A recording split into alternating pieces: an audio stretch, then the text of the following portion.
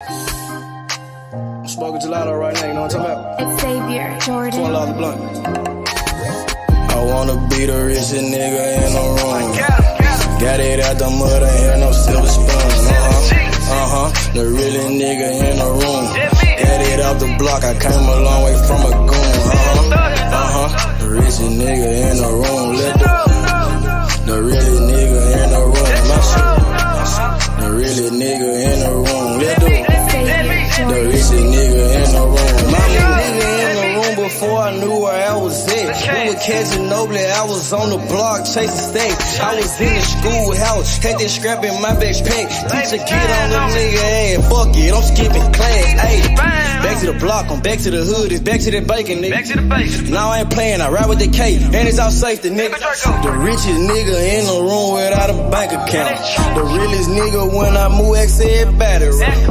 I ain't gotta shout, ain't gotta make no noise. I just made one phone call and hit up my boy. You know yo come through in that 2-seater. He got Vino with him, that boy got 2 hits. I just hit Lil Savage up, he blowing reefer. City got a new plug and he cheap. He Sosa just shot me a test, got what I wanted. Told him pull up, I got cash, don't do no front. I wanna be the richest nigga in the room. Got it out the mud, ain't had no silver spoon. The realest nigga in the room. Got it out the block, I came a long way from a goon. The richest nigga in the room. The realest nigga in the room. My shoe. The realest nigga in the room. The richest nigga in the room. My move. The realest nigga in the room and I ain't gotta lie. Nigga crawl a can, he gotta die. Put that on Mom Deuce, you know that I'm talking. Shout out to that Deuce, my little nigga bloody. Still in the mound with some folks, nigga. In my crib, niggas cut throats, nigga. You know what the bid, come and get a boat. I got gas, I got Reggie, I got blow. In the summertime, I'm still serving snow. DJ for the high, I don't do the low.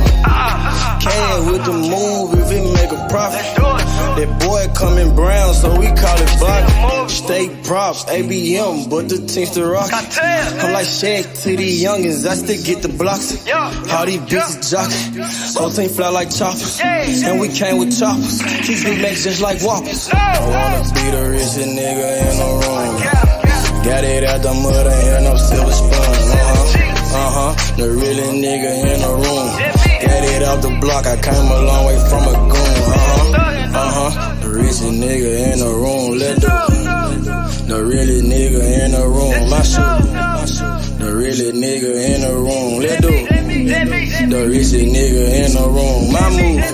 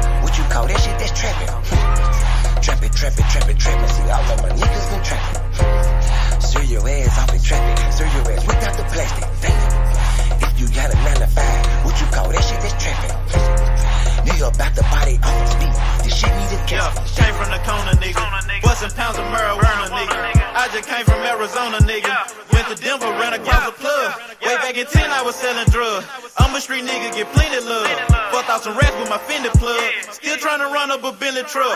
Back in the day, I was getting it up. Now every day, nigga live it up. I ain't make shit off this rap shit. I'm in the trap with the lemon squeeze. Bitch, I came up off of selling peas. I know some niggas who copping keys. I know some niggas that were trapping, nigga. Now they locked up and they copping pleas. Bustin' jug while I'm in the street. These Gucci's on a nigga feet. If I'm broke, then I can't sleep. Run it up, bitch, I gotta eat. I know these niggas can't take me. Never let no nigga make me. Never let no bitch break me. Never let no nigga ape me. Been trappin', see all of my niggas been trappin'. Serve your ass off at traffic, serve your ass without the plastic. Man, I got a house, a store, damn, my niggas been trappin'. Got a 9 to 5, nigga, what you call that shit, that's trappin'. Trappin', see all of my niggas been trappin'. Serve your ass off at traffic, serve your ass without the plastic. Damn, if you got a 9 to 5, what you call that shit, that's trappin'. Holla Lucimo, if you need Simo. He'll make a nigga tuck that chain like he Debo. You niggas saving hoes a hero.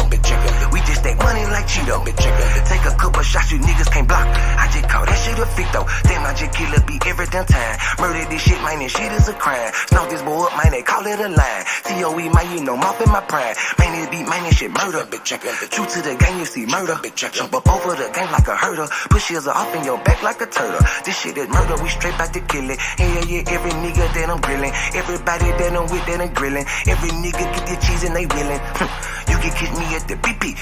Get your binoculars, see me. Hell yeah, hands up, it's a touchdown, little nigga, a TD. Bitch. Trappin', see all of my niggas been trappin'. Serve your ass off at traffic, serve your ass without the plastic. Man, I got a house, a store, damn, my niggas been trappin'. Got a 9 to 5, nigga, what you call that shit, that's trappin'.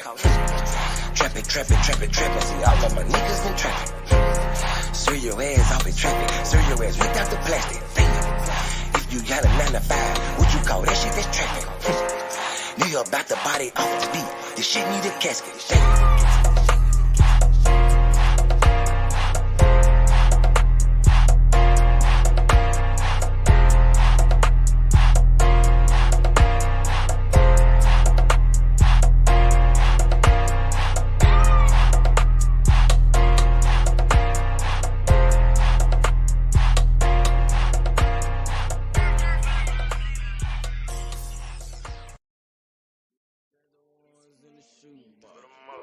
I used to buy a gun, now I got 2. Had to change location, feel hit the spot.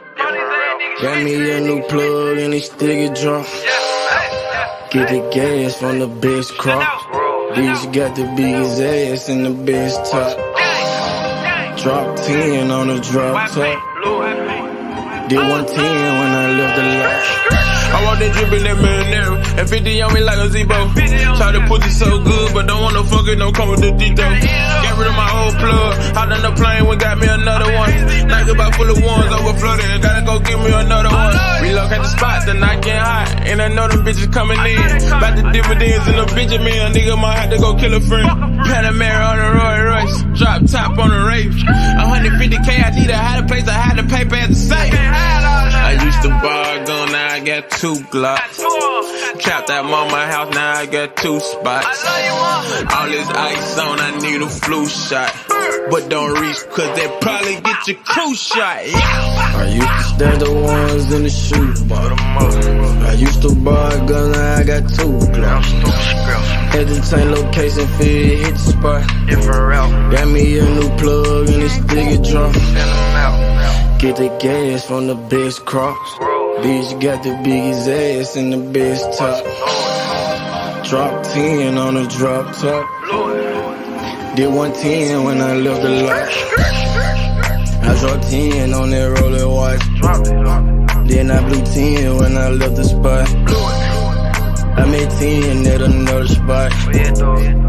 We dropped 10 at your beach spot. I got 30 at your whole house. I got bowls at your mama house. On the low, I stashed that 40 in the fender, nigga. Out of state to state in different runners, nigga. In the mouth like a dentist. And I ain't saying shit like a witness, He ain't get the picture. Milk carton ain't missing. You know, I used to stash the ones in the shoebox. I used to buy a gun, now I got 2 Glocks. At the same location, fit hit the spot. Got me a new plug and they still get drunk. Get the gas from the best crops. Bitch got the biggest ass and the best top. Drop 10 on the drop top. Did 110 when I left the lot.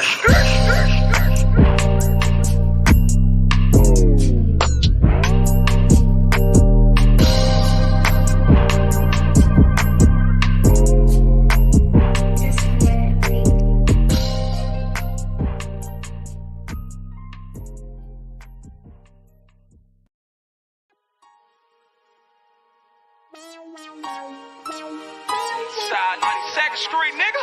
Can't shit, nigga. I don't watch you on the block for real, nigga. Duck them all the way back to Cash Street, nigga. Cash Street, the dope, nigga. Balls up like my motherfucking thumb, nigga. 2, 3, nigga. What's breaking, nigga? Break this stuff, nigga.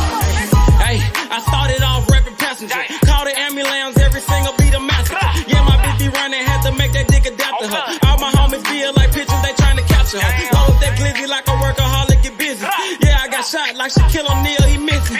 Merry-go-round, cause you hit it, you might get dizzy. All these motherfucking bars, you would think I'm rapping in prison. From Memphis to Watt, bitch, I'm pop, bring by ambition. I'm touchable with revolvers, got the juice like I'm Bishop. Pack a nigga out like we helping them do some sit-ups. Got a homie like a Uber, I pay him, he threw them pickups. It's war, nigga. Grab that Draco and left to right. Starting to think my white boy racist, they killing niggas on sight. This the game, not a guy and little homie, so change your life. If your gun jam, make like a plumber and change the pipe.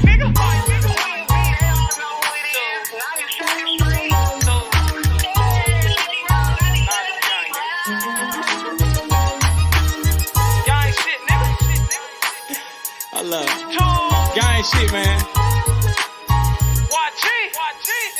Check this shit out. Hey, late night after dog, me and YG Wolf on a mission. Broad day dog, it don't matter, no competition. Joey J. Hen, that's some shooters, but they ain't in it. Crucial said it best, your bitch ain't the only one with extension. No, I'm not a cook, but I'm cooking shit in the kitchen. Damn, they broke my hands like that bitch for testing my pimping. Breaking bitches left to right, Brian Nick be my witness. After I get through fucking that bitch, I'm in her mouth like a dentist. Free blood raw, I done turned this shit to a movement. These niggas acting, we load a couple clips, shoot a movie. These niggas pirates, gay as fuck, just want the booty. Make my family proud, sugar mama, penny and Trudy. What's up? Twist your finger, chop what she banging. My flag like an old lady titties, you know it's hanging. Breath off in the time, but these bullets will get the slanging. Know I'm trapping off these features, a year ago I was slanging. These bitches dogs too, but they never bite like a poodle. These niggas giving out information like they on Google. Treat them like a model, set them up then I shoot them. Gang shit, nigga.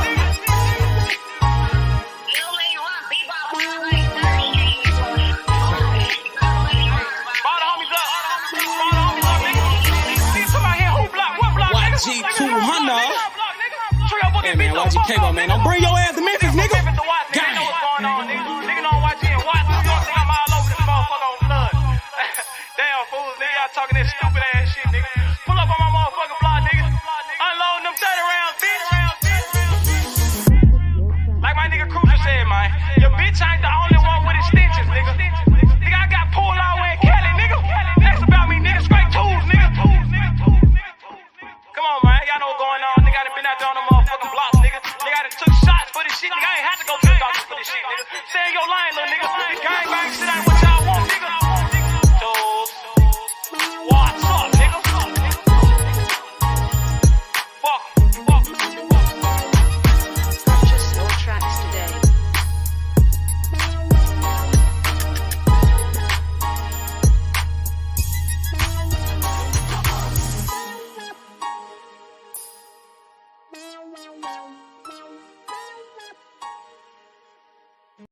Stop a nigga like me, nigga.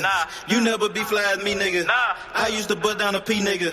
Just to run up me some cheese, nigga. Listen to me when I speak, nigga. I say you hope I'm a priest, nigga. Yeah, I'm a priest to the streets, nigga. Listen to me, we gon' eat, nigga. Listen up, listen up, listen up. Pull up and hop out that Fendi truck. Flex on these bitches with no muscle. You know with blood on my Fendi buckle. Drips on my nigga, codeine in my liver. I'm smoking that fruit in my pedal like Skittles. Bonding you niggas won't pick up my drip. But then the bail like school dismissal. Just caught a bum, no missile. Nigga try to do me, I'm healer. You know I ain't lying, no symbol. Money with bitches that simple. Bowls in the kitchen, no dishes. All about bread like Jiffy. Clumsy with the weed, I'm tripping. Shawty got it for the low, let's get it. Get in the guapo. Nigga, we passing like Rondo. OJ in that Bronco. We smoking gelato. Nigga, we smoking that game. The bitch with the ass. She ride like 6 Flames.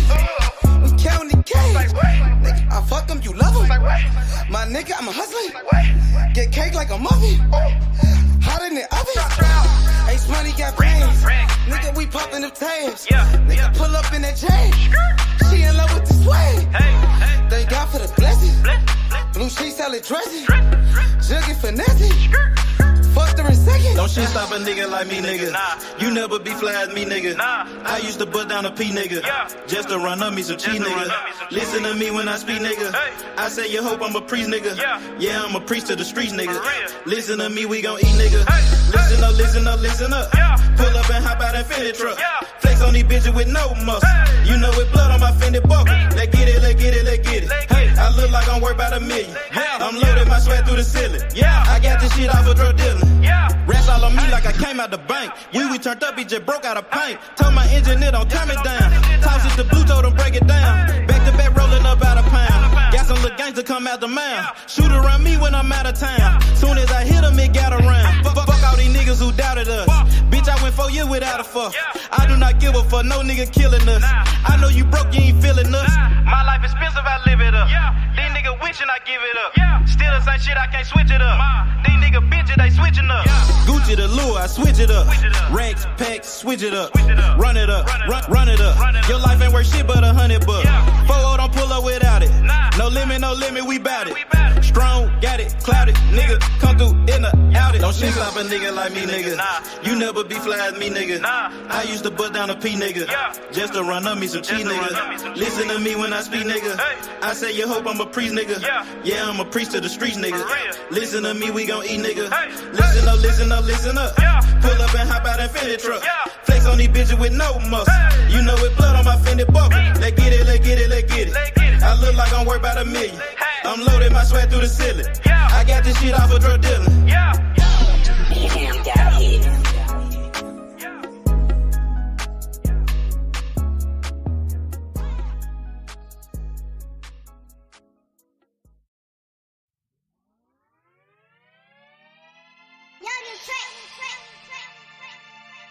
To know. Like cocktail, you know what I'm talking about? Breeze work. Pop it, perk.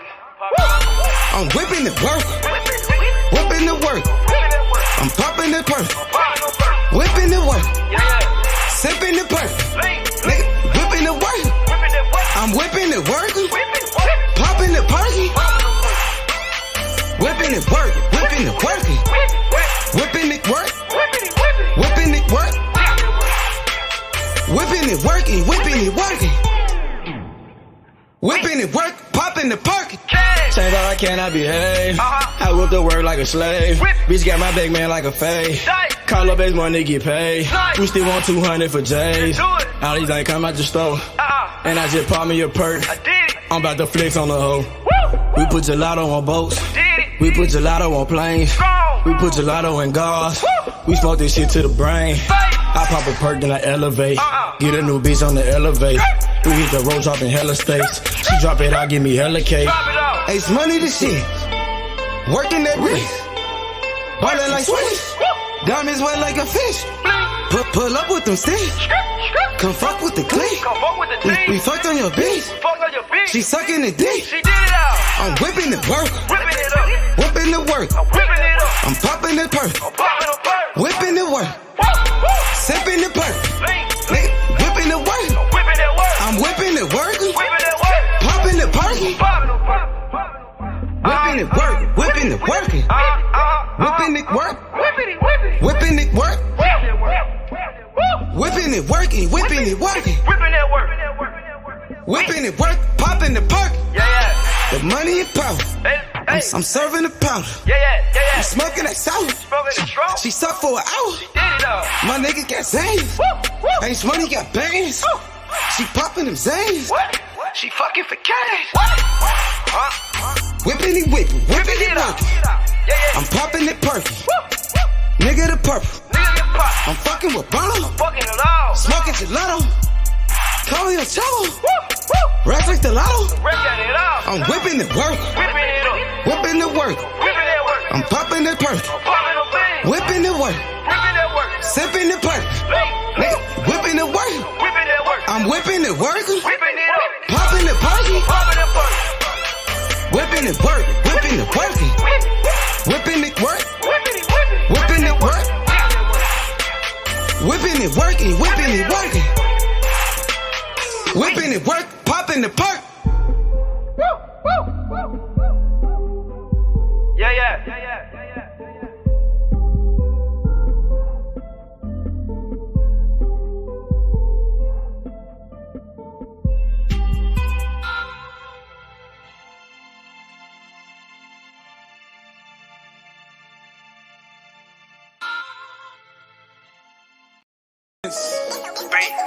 Bankroll full of dead presidents. Hey, I get that check, it was evident. Name ring a bell like an ambulance. Pray for a lick, it was heaven sent. Finna go down like an avalanche. Pulling the pin, fucking a friend. She sucking again, I'm ballin' like this. I'm talking about dunking, you niggas be bluffing. I fucked up for nothing, get hit like concussion. Follow my nigga, drizzle my nizzle. We smoking on Zitto, this shit be so simple. Presidential rolling, presidential continental, and two freaky foreign bitches. Smoking that presidential Obama. I'm smoking straight out the cone with it. Purple and yellow, that Kobe. 20 shots on me, Ginobili. I'm Michael Jordan, you can't hold me. They'll make me air you like a slowly. Pockets on some of these dead man. Trying me and you a dead man. I got indicted for president. I think I'm a run for election year. Presidents. Bankroll full of dead presidents. Hey, I get that check, it was evident. Name ring a bell like an ambulance. Pray for a lick, it was heaven sent. Finna go down like an avalanche. President. All I smoke is president. Yeah, my campaign is election time. Best thing going, yeah, I'm next in line. Key 2 phone, need the extra line. Been through the struggle, it's time to shine. Roll up the weed and I light it. Spark up the dope and ignite it. This shit cost me Leonidas. Blowing it strong like a titan. My pill got a V that's a Vicodin. Mix a purr with the yellow, a Viking. Presidential rolling, no Briley. Cinnamon roll, they been ice. Knock off your top like your Kennedy. They're so wanted to enemies. Ready for war like I'm George Bush. You niggas joke like you Donald Trump. Cause that red hair like McDonald hair. I keep a pet, need Obamacare. I'm dropping born like Osama there. I don't give a fuck if your mama there. Just call me Trey Baby. They label me underrated. Beats got me rolling, I'm skating. Go in, first take no debate. Skid town with your hoe, now you bailiff. Like Steven, I keep me A Smith. You can get on with the fake shit. Whipping that dope like some cake mix. Presidents. Bankroll full of dead presidents. Hey, I get that check, it was evident. Name ring a bell like an ambulance. Pray for a lick, it was heaven sent. Finna go down like an avalanche. President. All I smoke is president. Yeah, my campaign is election time. Best thing going, yeah, I'm next in line. Key 2 phone, need the extra line. Been through the struggle, it's time to shine. Presidents. Bankroll full of dead presidents. Hey, I get that check, it was evident. Name ring a bell like an ambulance. Pray for a lick, it was heaven sent. Finna go down like an avalanche. President. All I smoke is president. Yeah, my campaign is election time. Best thing going, yeah, I'm next in line. Key 2 phone, need the extra line. Been through the struggle, it's time to shine. Presidents.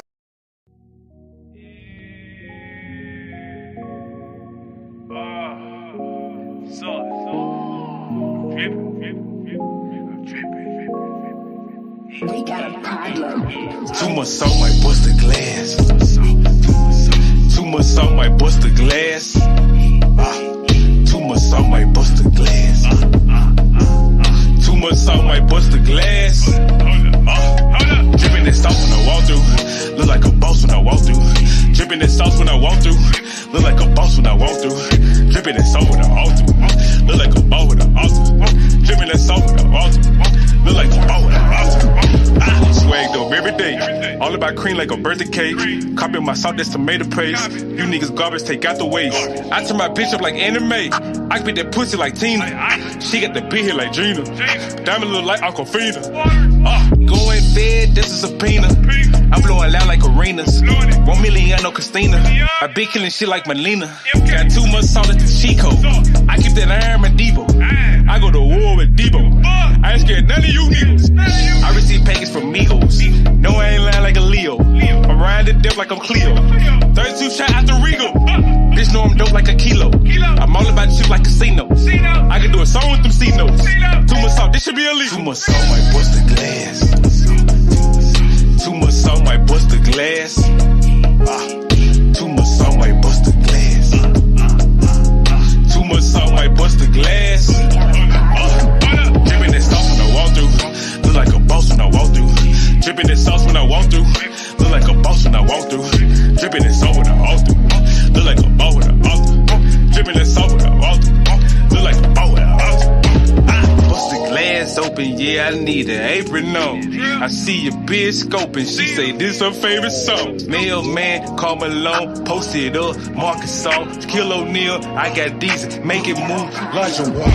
The sauce from my daddy, I'ma give it to my son. This shit in you, it ain't on you, your opinion, don't want none. Dripping this salt when I walk through, look like a boss when I walk through.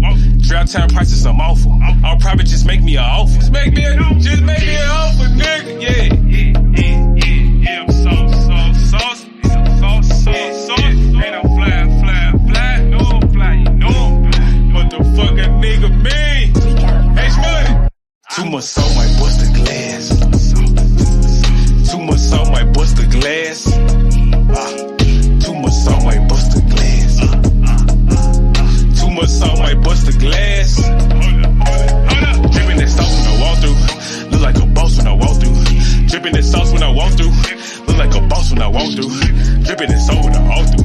Look like a boss when I walk through. Dripping that sauce when I walk through. Look like a boss when I walk through.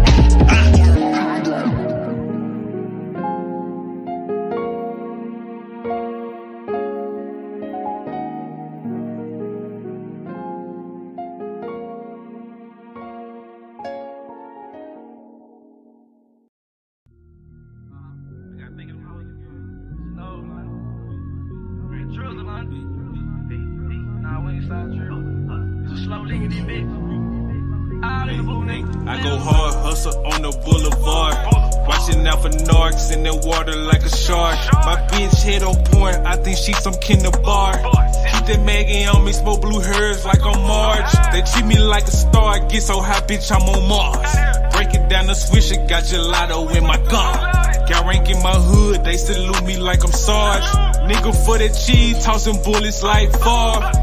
I don't fuck these fuck niggas. Pull up like what, nigga? I ain't that on duck, nigga. My flow cold, get a puck, nigga. Man, these sticks hitting, got me moving slow motion. I'm on the new way, get the fuck out the ocean. I used to be hurt, I used to be hurt, I used to be hurt, I used to be down bad, I used to be hurt, I used to be hurt, I used to be hurt, I used to be down bad. Now I got the band, now I got the band, now I got the band, now I got the band, now I got the band, now I got the band, now I got the band, now I got the band. Used to be hurt like a sprained wrist, bitch, I broke down like a motor. I told the team we getting rich, they don't need money to motor. I got the juice in the hood, they treat your boy like Raheem. Check out the starting five, bitches do some Jordan, this the dream team. They call them Larry Jules, I make the surge, he shoot the three. I drop the package on him, bag to bag like this repeat. Bitch, I'm a savage on him. Finesse them and break them, cause that's how we eat. I used to be hurting, I'm on my feet. We close them curtains and break out them peas. Coke full of ice, but this is not tea. Come get you some white, I'm serving them tea. I saw some rats in the backpack, then I skirt out the driveway. The rats ain't been low in a minute. They say I'm living the highway, they put a new horn on the highway. I shot a movie in 5 days. I used to be hurt, I used to be hurt, I used to be hurt, I used to be down bad, I used to be hurt, I used to be hurt, I used to be hurt. Now I got the band, now I got the band, now I got the band, now I got the band, now I got the band, now I got the band, now I got the band. know I got the band.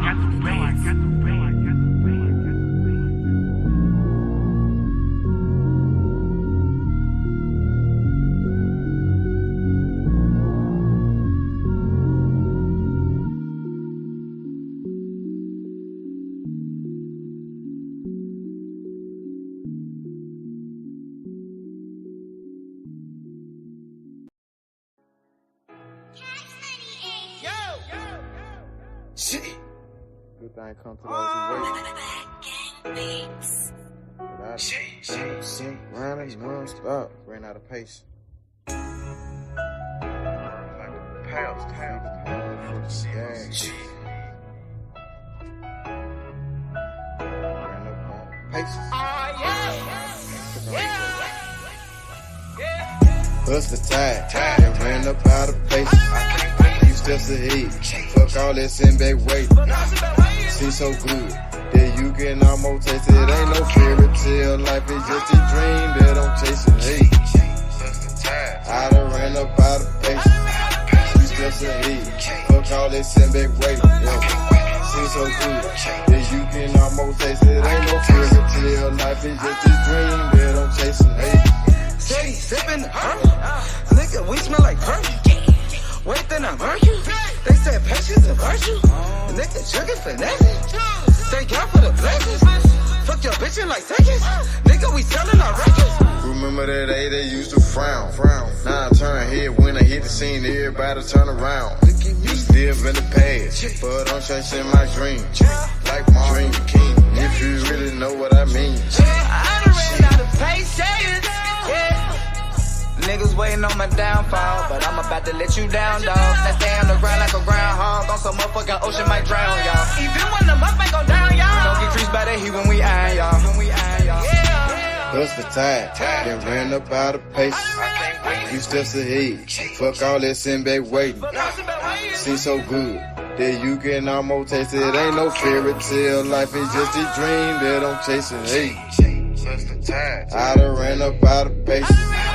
Steps ahead, fuck all that send back weight. Seems so good that you can almost taste it. Ain't no fairy tale, life is just a dream that I'm chasing. Hey, I'm 3 steps ahead, I got a pen in the pad. Hit the button and take a drag. You just living in the past. Hey, young nigga got on my ass. We gon' go get to the cash. Young nigga ballin' like Nash. And the profit to go in the stash. I'm screaming double for this armor. Hustle tide. I put that on my mama. And I done ran out of patience. You just sent back that weight. I ain't shit. Gon' come to you, so you gotta go out and take it. Hey. Man, I swear to see cash in the making. Baller told me take it to the bases. Got a gun full of paint on my faces. Got a cup full of mud like a pie. It ain't no fairy tale shit, it's just a dream that I'm chasing. Had to open my eyes and realize I had to take it. Hey. bust the tide, then ran up out of pace. Few steps ahead, fuck all that send back waiting. Seems so good that you can almost taste it. Ain't no fairy tale, life is just a dream that I'm chasing. Hey, I done ran up out of pace. Few steps ahead, fuck all that send back waiting. Never seems so good that you can almost taste it. Ain't no fairy tale, life is just a dream that I'm chasing. Hey man, say man, you understand me, real man, you know what I'm saying? Chasing my motherfucking dream, man, you know what I'm saying? Planning my work and working my motherfucking plan, man. You did. Shit. Ran up out of paces. Tired. I done ran up out of paces. Yeah, I done ran up out of paces, out of paces.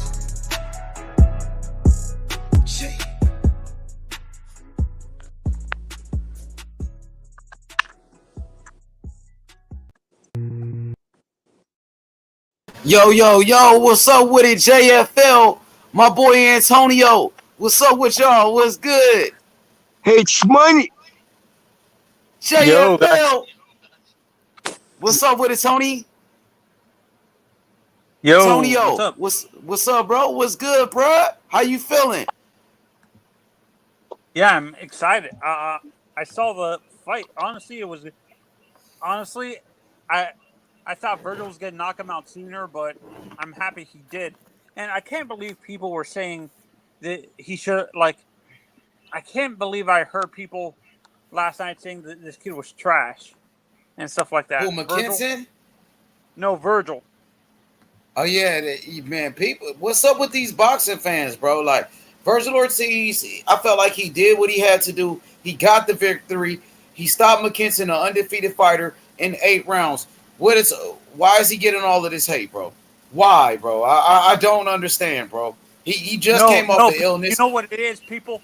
It's people. There's certain Boots fans that don't like Virgil. Like, Hey, like okay, go ahead. My bad. yeah, no. There's certain Boots fans that hate Virgil with a passion. I don't know where the hate comes from and I stuff don't. like that. Hey, bro, I'm a Boost fan and I'm a Virgil fan, but I'm saying this. I don't know. Maybe those fans who just had a disdain for Virgil. They don't. I don't You think know it's what? Boost fan. I think they're It's hating not. the wrong. You know what it is? JFL. They hate Oscar, so they they they have they they put their hate for Oscar on Virgil when it's not Virgil's fault that Oscar's doing what he's doing. Well, let's say this though. You know what I'm saying? Because you know, I'll say this though. It's more so because hate is a strong word. You know what I mean? Maybe it's a dislike. Maybe it's certain critiques. Yeah, I mean, but I can say the same thing if you mention, if I can say that, the hate is for Mayweather or Mayweather fighters and because it's attached to a Mayweather. So, I mean, you gotta keep in mind though, bro, like Oscar De La Hoya and Mayweather, they signed, sealed, and delivered, and every fight was epic, timeless in their era and their time. You know what I'm saying? So, I mean, whatever history they have together, even Oscar De La Hoya and Mayweather still going at it tit for tat. Yeah, I mean, but that's what boxing fans do. But some go to extreme, which I No, think are JFL. unnecessary. But you know, Yeah, they take it to the extreme. But what I'm saying, I I I didn't say. I shouldn't have said hate. They put their dislike for Oscar on. They transferred their dislike for Oscar onto Virgil when Virgil is not the same guy, which is kind of unfair. what is Like, not what is not to like about Oscar or Mayweather? You know what I'm saying? Like they gave us epic fights in no, the what era. they're putting their dislike for Oscar, what he's pulling right now, like all this like suspicious crap that he's been pulling with not booking his fighters correctly and stuff like that, and then they put their dislike for Oscar because of that whole situation on Right. Virgil. Like it's Virgil's fault that Oscar is not booking the fights and stuff like that. But here's my thing. You know what I'm saying? We know that Oscar De La Hoya has his close more so attachment to a Ryan Garcia, like Mayweather have more of attachments to a Tank. You know what I'm saying? But compared to other fighters, they still treat their fighters fight by fight basis, and they're going forward and they're moving these fighters in a way where most people might want it. They feel some type of way about it, and then you have certain boxing fans who understand the moves that these epic professionals promoters. Yeah, I mean, and Mayweather being a promoter himself, and Oscar De La Hoya been there, done that, and still continuing on with being a great promoter. And fight by fight basis with these fighters, contenders. With Virgil Ortiz, you see, he gave us fights back to back with Virgil Ortiz. I mean, he been out for a minute. You know what I'm saying, and they're gonna move how they move. Talk's gonna be the talks regardless. But I just know where I stand, and I understand certain promoter moves. You know what I'm saying, and likewise, it become with Eddie Hearns. You can have some distaste certain moves he made with certain fighters, and well, you can say with Bob Arum, but at the end of the day, we know that certain fights that was actually made gave us some epic cards, and boxing was back. And sometimes boxing is like it's up and down like Wall Street, Holmes. Yeah, and what I noticed with this I'm not sure if you agree with this. What I noticed with Virgil in this fight, it looks like he's been out for 8 months, and I noticed his gas tank. He got tired at the end of the fight. Like it seems like early on in the fight, the shots looked like they had a ton of power, but the later on in the fight, it felt like his shots didn't have that much oomph to it and stuff like that. The gas tank wasn't there. Did you notice that with Virgil last night too? Or For the most part, Virgil looked good. You had a guy like McKinson who was just trying to survive. McKinson wasn't trying to win rounds. McKinson was all defense. So sometimes it's hard to look good against somebody like that. But I thought Virgil won every round in that fight, bro. I didn't understand the hate that Virgil was getting after the fight, bro. He won every round. He knocked out McKinson. He stopped his ass, and he's still getting hated on. Like you said, Virgil Ortiz was out the ring for 8 months. That's one of his longest layoffs he ever had in his career. And then remember, Virgil was sick. He was in a hospital, right? Yeah, he was sick. He was in a hospital.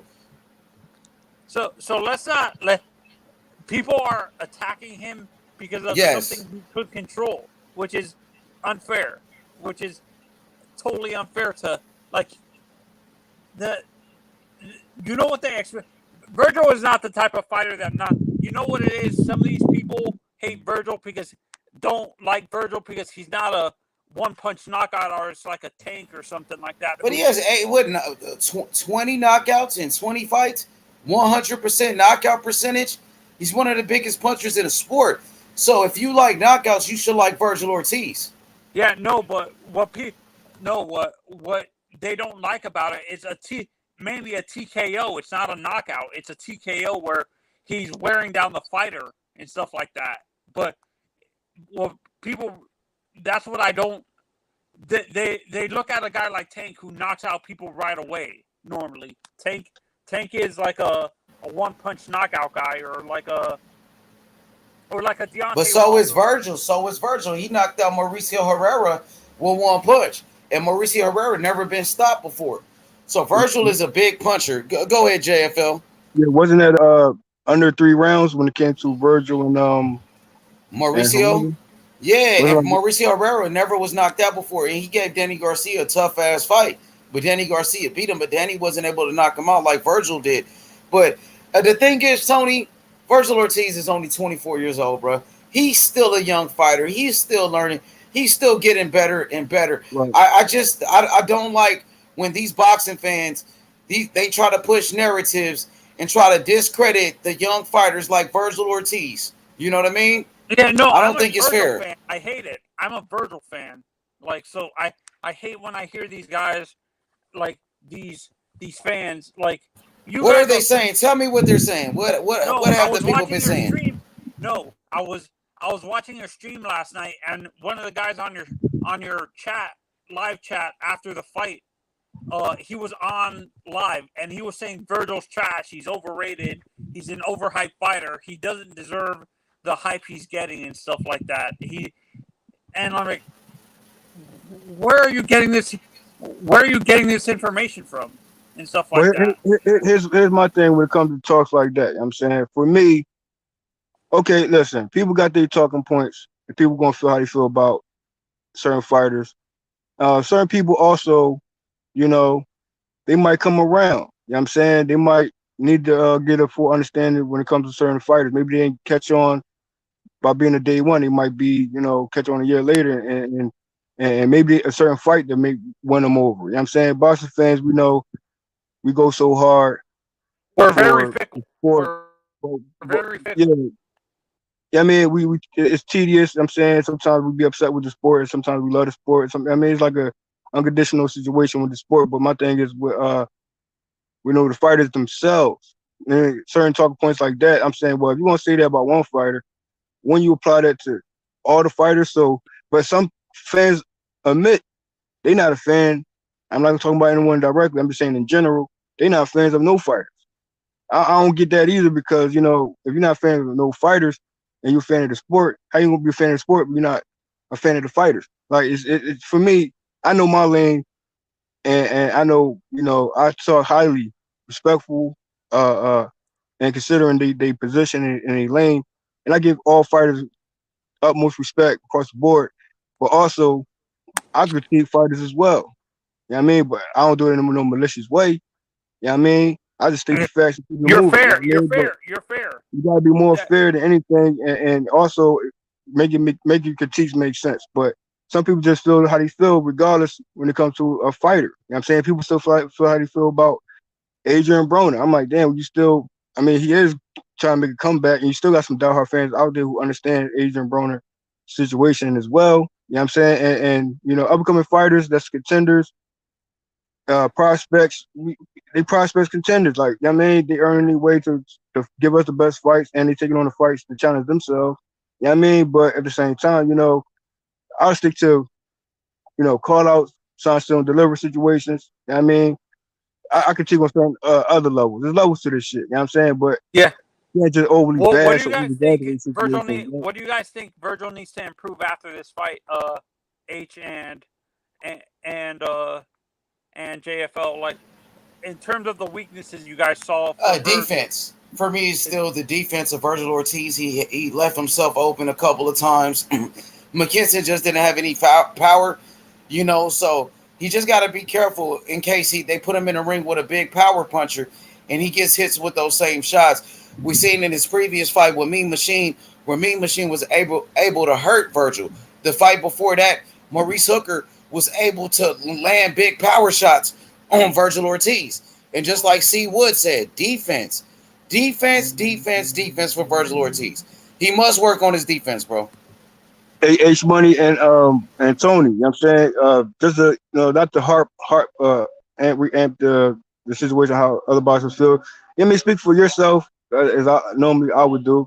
I don't speak for others, and I don't let others speak for me. But you know, some people might feel a way about if I mention a fighter like Berlanga. You know, I mean, it's talking points around him. You know what I'm saying? Certain points, talking points around Charlo. So I mean, it goes on and on and on. But for me, I always try to make it make sense. Not overly compensate the situation or exaggerate, you know, in certain talking points. I'm saying for me, you know, that's how I operate. If nobody don't know by now, I'm across the board. You got to respect every landmark. You know what I mean, no matter if you're from the hood, put the hood on your back, whether you got a country behind your back, no matter where you at, and you could be from Idaho, you could be from where you could be Ball Crawford area. You know what I'm saying? It's a lot of it makes conversation, it gets entertaining.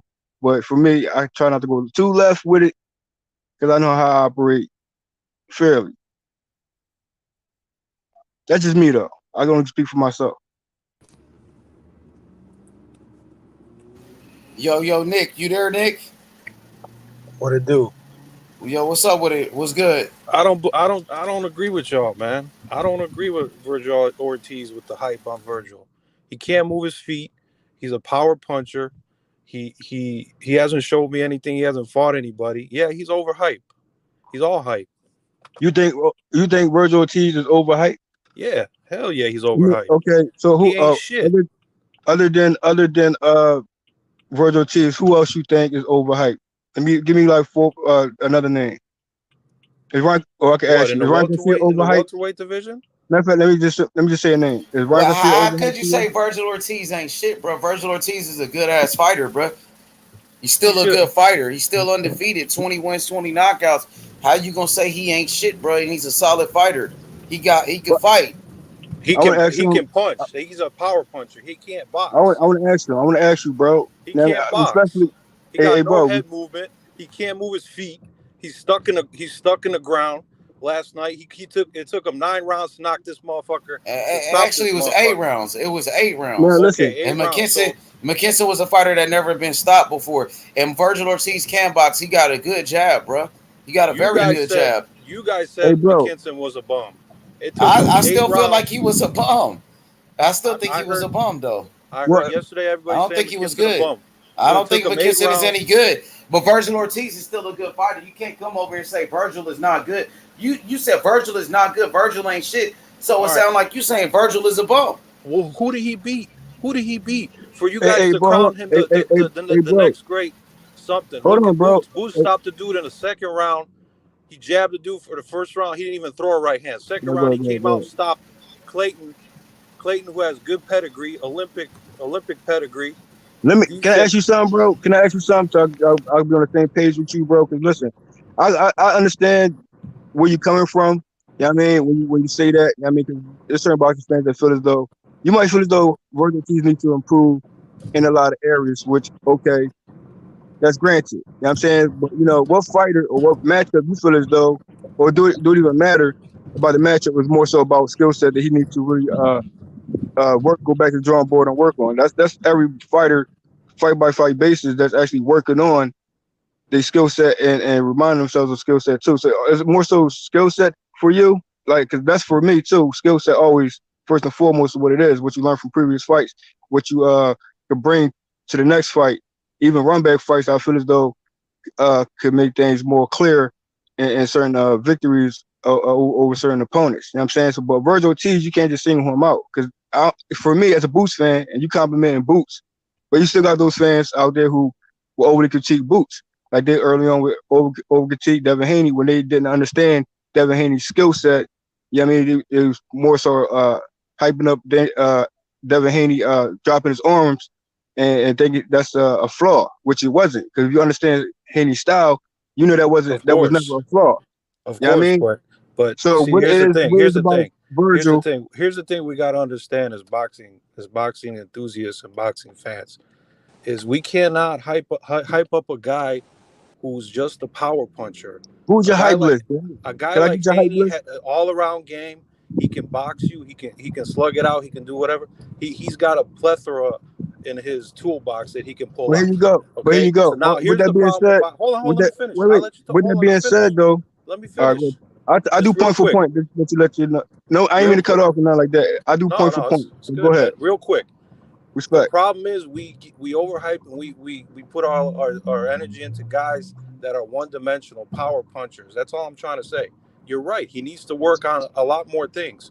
But let's not say he's the next coming.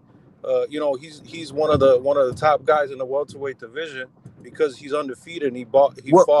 I mean, according win. to the rankings, he is. He's the number one contender for the WBO. So he is one of the top guys at welterweight. Okay, but what's his best win? His best win was Maurice Hooker. His best win, Mean Machine. So I mean, what's the point? What is Boots' best win? You still know Boots a good fighter?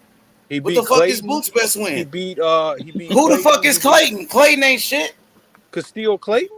Yeah, who is he? What he do? Who he beat? I'll say this he's for an you. Olympic bronze medalist. I mean, he's got good pedigree. Bro, since when we count the Olympics, bro? Plenty of guys won gold medals that wasn't shit as a pro. Let me welcome Deacon 305 to the panel. What up, Deacon? Hey, what's good, family? What's up with it, Deacon? Deacon. What's good, family? What's Yes, glad to join you guys. Y'all over here cooking and going on. I like the mix up. You know what I mean? It's always a good Nick, I want to defend Virgil a little bit, and you're comparing Virgil to guys who are pure boxer punchers like a Haney and a No, I said Thor, punchers. I said power punchers, like, not boxers. Power punchers. He's a power puncher. No, that's now what I'm saying. Me, it's kind of unfair when fans. Now argue with me and tell me what makes you think he can box, or he has head movement, or he has footwork. Explain to me. Let me get a quick perspective on it, bro. Real quick. I mean, we try. You know, I'm fresh on the set. Let me throw a little something in there, please. Listen. Virgil Ortiz. I respect everybody's opinion. You know what I mean? And everyone has a right to their opinion. But for me, the commentating on the zone is some of the worst commentating. I mean, they need to do a better job, bro. Because after a win last night over a non-puncher, now I got respect for Virgil, trust me, right? But to tell this man that they believe he can beat Terence Crawford is a stretch too far. I don't think they worded it. Hey, Deacon, I don't think they worded it like that, bro. No, but that's where it was coming from. No, but if they ain't worded like that. No. How can you say it's coming from that way? I'm telling you how. Listen, I've been watching this long enough. I know how they set things up. I know what the wordplay sound like. I know what it look like when they're trying to build that next. Listen, give him 2 or 3 more wins. They'll be hollering top pound for pound, not number 1, but in top 10, top 5. You know, Listen, Hey, Deacon. Hey, I Deacon. believe it. Hey, Deacon, real quick.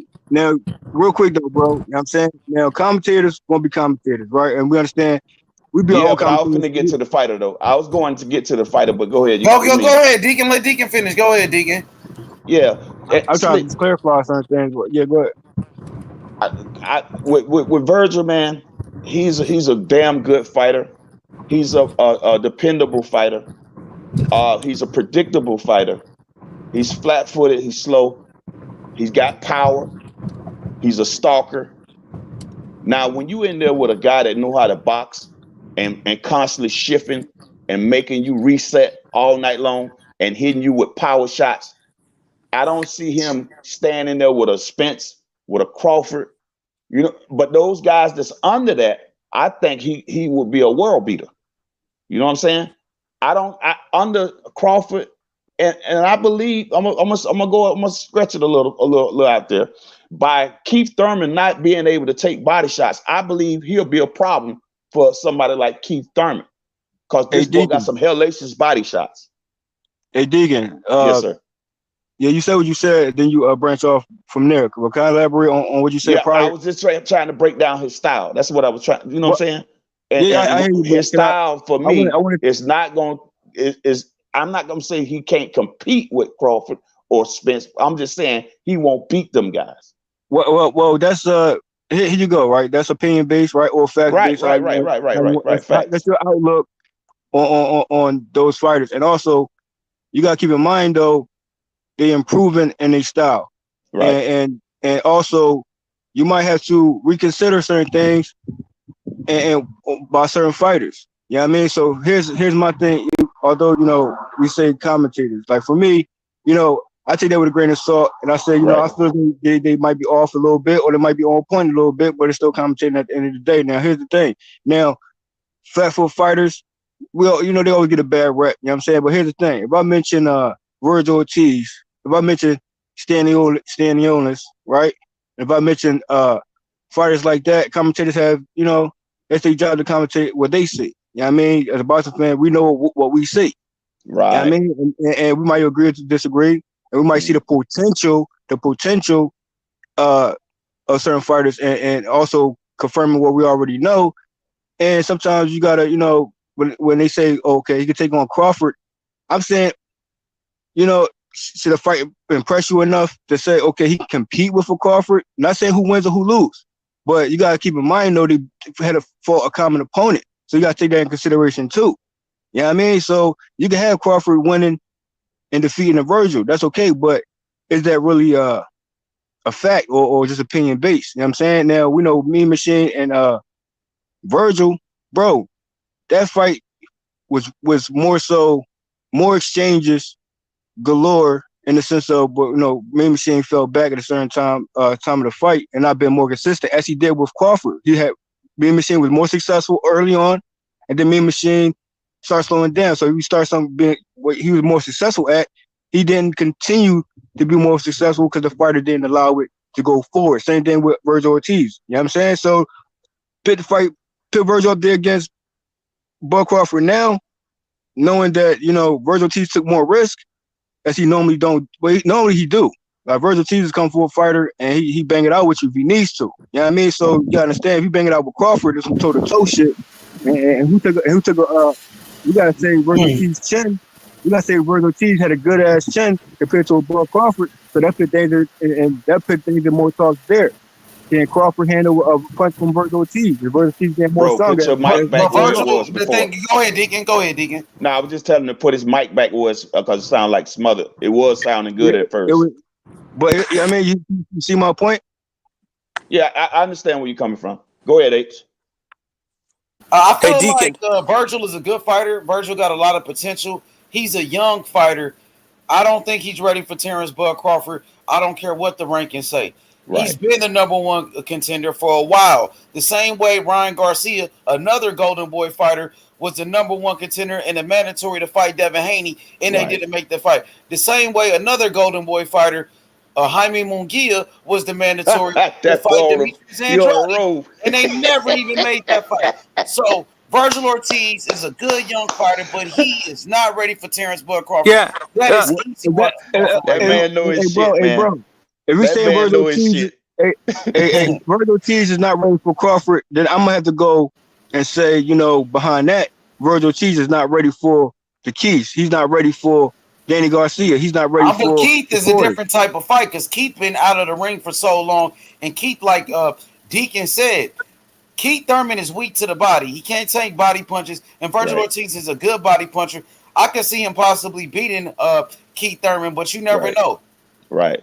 Hey, Deacon, I wanna defend Virgil for a little bit. It's kind of unfair as boxing fans when we compare, like, we're comparing his footwork to guys like Spence and Crawford who are No. No. Let me finish. Let me finish, Nick. Let me finish. You can't compare them. What are you talking about, man? No, let him finish, bro. No, let me finish. Let him finish, bro. Nick, what I'm saying is it's kind of unfair when you compare a natural. Something going on with his mic. No. You gotta compare him. You gotta criticize him. He fell He's off. the number one ranked contender. You got to. This is boxing. I don't give a damn. Right. About, you know, I was just gonna let him. How old you are? Fuck that shit. Right. I was just gonna let him get off. You know, let him make his point. You know, because at the end of the day, that that's how you feel. But that don't have to necessarily be the truth. But that's how you feel. You know, you're the number one tender. We got every right to criticize. He's a one-dimensional fighter. All he got is power punches. That's it. That's all. Let me ask you a question. Hey, bro, let me ask you a question to the guy on the panel, because I know where the other guy was getting at. You know what I'm saying? Now, here's the thing. You could take Staniolis. What's that opponent he fought? He fought a footwork fighter. I'm trying to get his name. Talking about Butayev?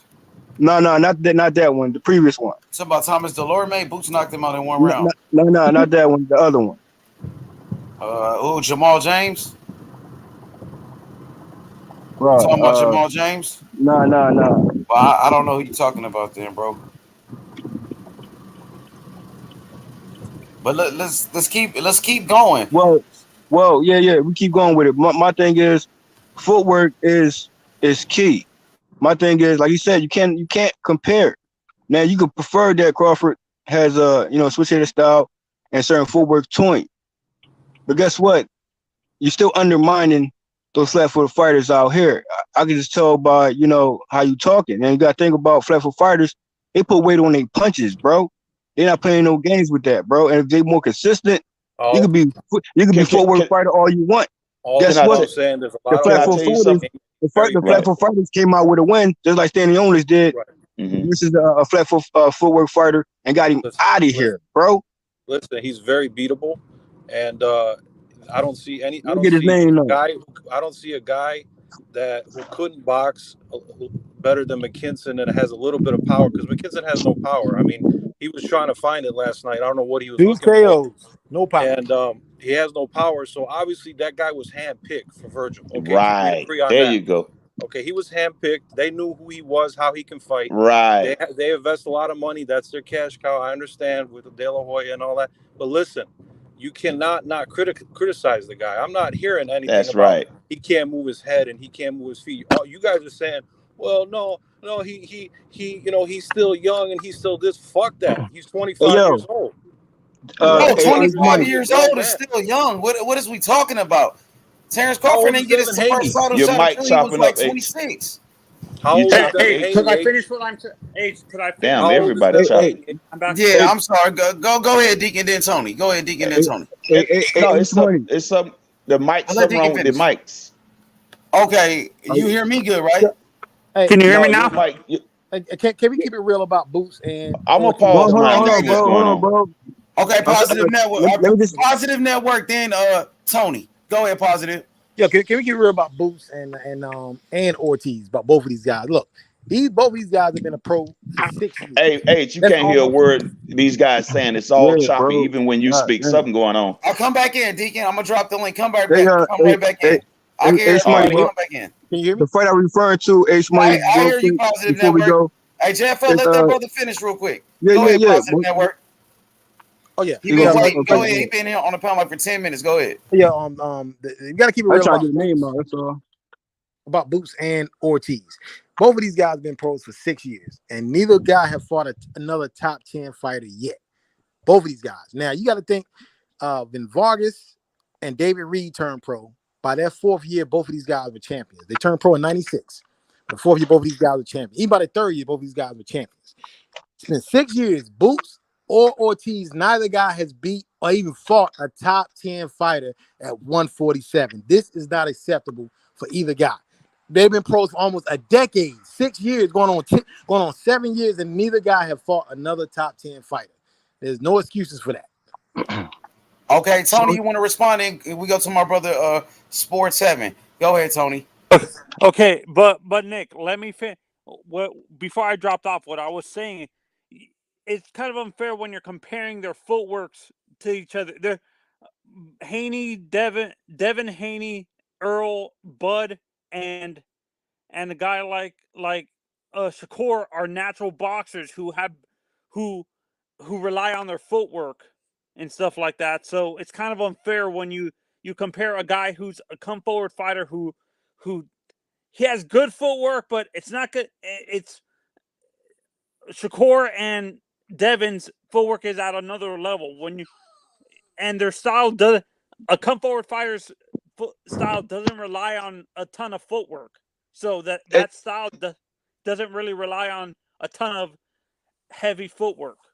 Hey, Tony, ask him about what happened. Real quick, bro, before you respond, ask him about what happened with Stanionis and D. Loach matchup. Who's the footwork fighter in that matchup with Stanionis? D. Loach. Let's talk about footwork in that fight. You hear me? And put that perspective going forward when you mention the Virgil Ortiz footwork. Okay, Jay. So let me go Sports 7. Sports 7, what's good, brother? How you feeling? What you think about the topic?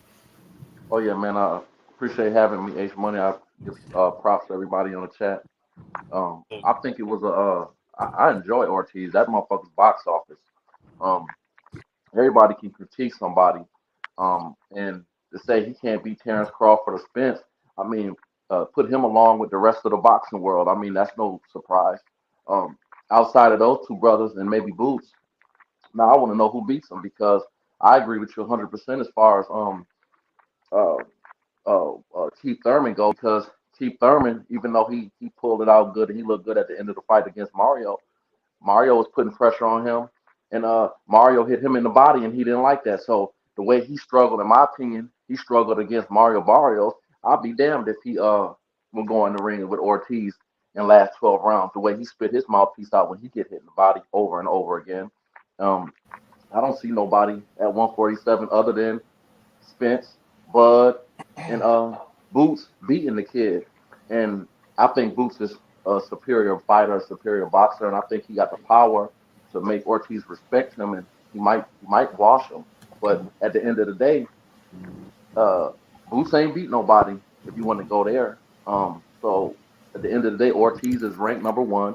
He's not going to force the mandatory because he's not ready for Crawford. So instead of talking about who he fought, who want to fight him? That's the question. At 147, other than Boots, who really want to fight him? Okay, and a quick question: what do you think about Stanionis versus Virgil Ortiz? You think Stanionis can give him a good fight? No, I think he got enough pop. He got maybe that's the question will be: does he have enough pop to really make Ortiz respect him? Because, like you said, Ortiz does have a good jab. He is fundamental, whether we like his footwork or not. He takes chances and get hit, but I mean, he's knocking everybody out, and he's not fighting bums. He's not I think his last 3 fights, they're not bums. Rather not, they're top tier fighters. That's a whole nother conversation. Because there's a lot of fighters that we love that ain't fought nobody. If you want to get technical, but he's fighting B-level, top tier fighters, and I think he beat Stanley. I think he stopped Stanley on this as well. Okay, let me go to OD. OD, man, what you thought about Virgil Ortiz's performance last night? And what do you think about some of the negative feedback that he's getting from some boxing fans saying Virgil is not good anymore and Virgil ain't shit? Man, they're tripping, bro. They're just casuals, you know. I gotta speak my fucking mind for it. But like I say, like I told Q, and he still needs to fix some shit. You know, his jab is the main weapon. He's gonna be an offensive fighter. He needs to fix his fundamentals as an offensive fighter. You know, everybody talking about flat foot fighters. I mean, they say some people say flat foot fighters ain't shit, but when you're a flat foot fighter, you need to learn the fundamentals of an offensive fighter. You need to learn how to cut the ring, how to use your jab to go inside. You know what I'm saying? And there's some flat-footed fighters that have success in their boxing career, like Chavez, Duran, and all those guys. You know, Hagler too. You can put Hagler because Hagler was kind of flat-footed. So they ball head. And you know, but Virgil, you know, Virgil can be a success fighter, bro. They ain't got nothing on. Excuse me. OD, don't forget about Barrera and Marquez too. Oh yeah, Barrera, Marquez, yeah. But like I said, bro, he's gonna be a good offensive fighter. He needs to fix his fundamentals, bro. He was too excited, bro. He was just looking for the fucking knockout. You know what I'm saying? and that boy, he made a mistake living Raul Garcia, bro, because he think he know it all. Like he said, bro, he think he know it all, but he don't. He still needs to fix some shit. Because he fights Errol and Crawford, bro.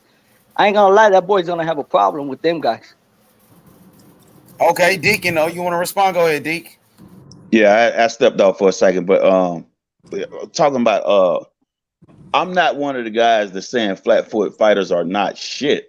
I'm not saying that, brother.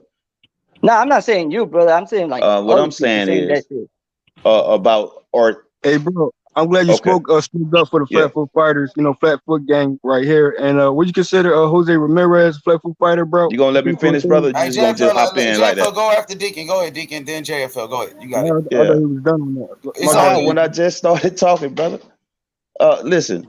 Now, when you talk about the fight that went on last night, I thought that fight did that brother a disservice. You put him in with a guy with 2 knockouts that wasn't going to put up any resistance to this guy, that make him have to do some adjustments in the fight, real adjustments where he got to really be thinking, because if not, man, I can lose this round, I can lose that round. He didn't face any of that. So when you putting guys, and then for him to be up on that level, right, fighting guys like this is a disservice. And when he need to be working on his fundamentals in serious situations, because now you are at the level where you got to face top elite fighters. Brother, wasn't that a and qualifier? That type of fight would not prepare you for those guys. Brother, wasn't that a qualifier? I thought it was a bad move by them trying to play it safe. Listen, playing it safe that's over. He at the top of the heat now. You can't play it safe anymore. You got to prepare this guy for war. And he avoided the smoke. You know what I mean? He avoided and let me tell you something. When you at the elite level and you coming in flat-footed, full steam ahead, right? And you got a little pop to you, right? You got what's working for you. That's good. That will be commendable. But guess what? The opponents at the top level gonna respect. You cut off, brother. Was that a qualifier? Wasn't that a qualifier though last night? Eliminator. Yeah. Yeah. So and after the fight, if you guys noticed, when he got headbutted in the fight, he started moving a little quicker, trying to get him out of there quicker. And then after the fight, they asked him, "Who do you want?" He completely sidestepped. He didn't say Crawford. He didn't say Spence. You noticed that after the fight, he didn't call anybody out. Yeah. He said he'll fight anybody. That's what he said. He said 3 to 4 years. We'll see what happens with basically what happens with Bud and Spence, and then we'll see what happens. So I don't know, man. I'm not saying he's a bad fighter. I'm just saying he's got holes. He's got things he's got to work on. I mean, for somebody being a number one, I mean, I don't know. Well, who beats him outside of Bruce Crawford and Spence? Who beats him? I'm not a matchmaker. No, I'm just asking because for it to be all like that, not to say you saying. I'm just saying I'm hearing a lot of. That's hypothetical stuff you're talking about. What I do know hold on. That's hypothetical. What I do know is for a fact he didn't sell out his home arena last night. as you Well, can hold on. I ain't tell. talking about sales, brother. I'm just saying that. I'm not talking about all that. That's going somewhere else. No, I'm just that's a saying. big factor Hey, because Okay, hey, but can I hold finish on, this brother. real I'm talking quick? about fighting. We ain't Can talking I finish about what I sales. was go real ahead, quick? D. Go ahead. Yeah.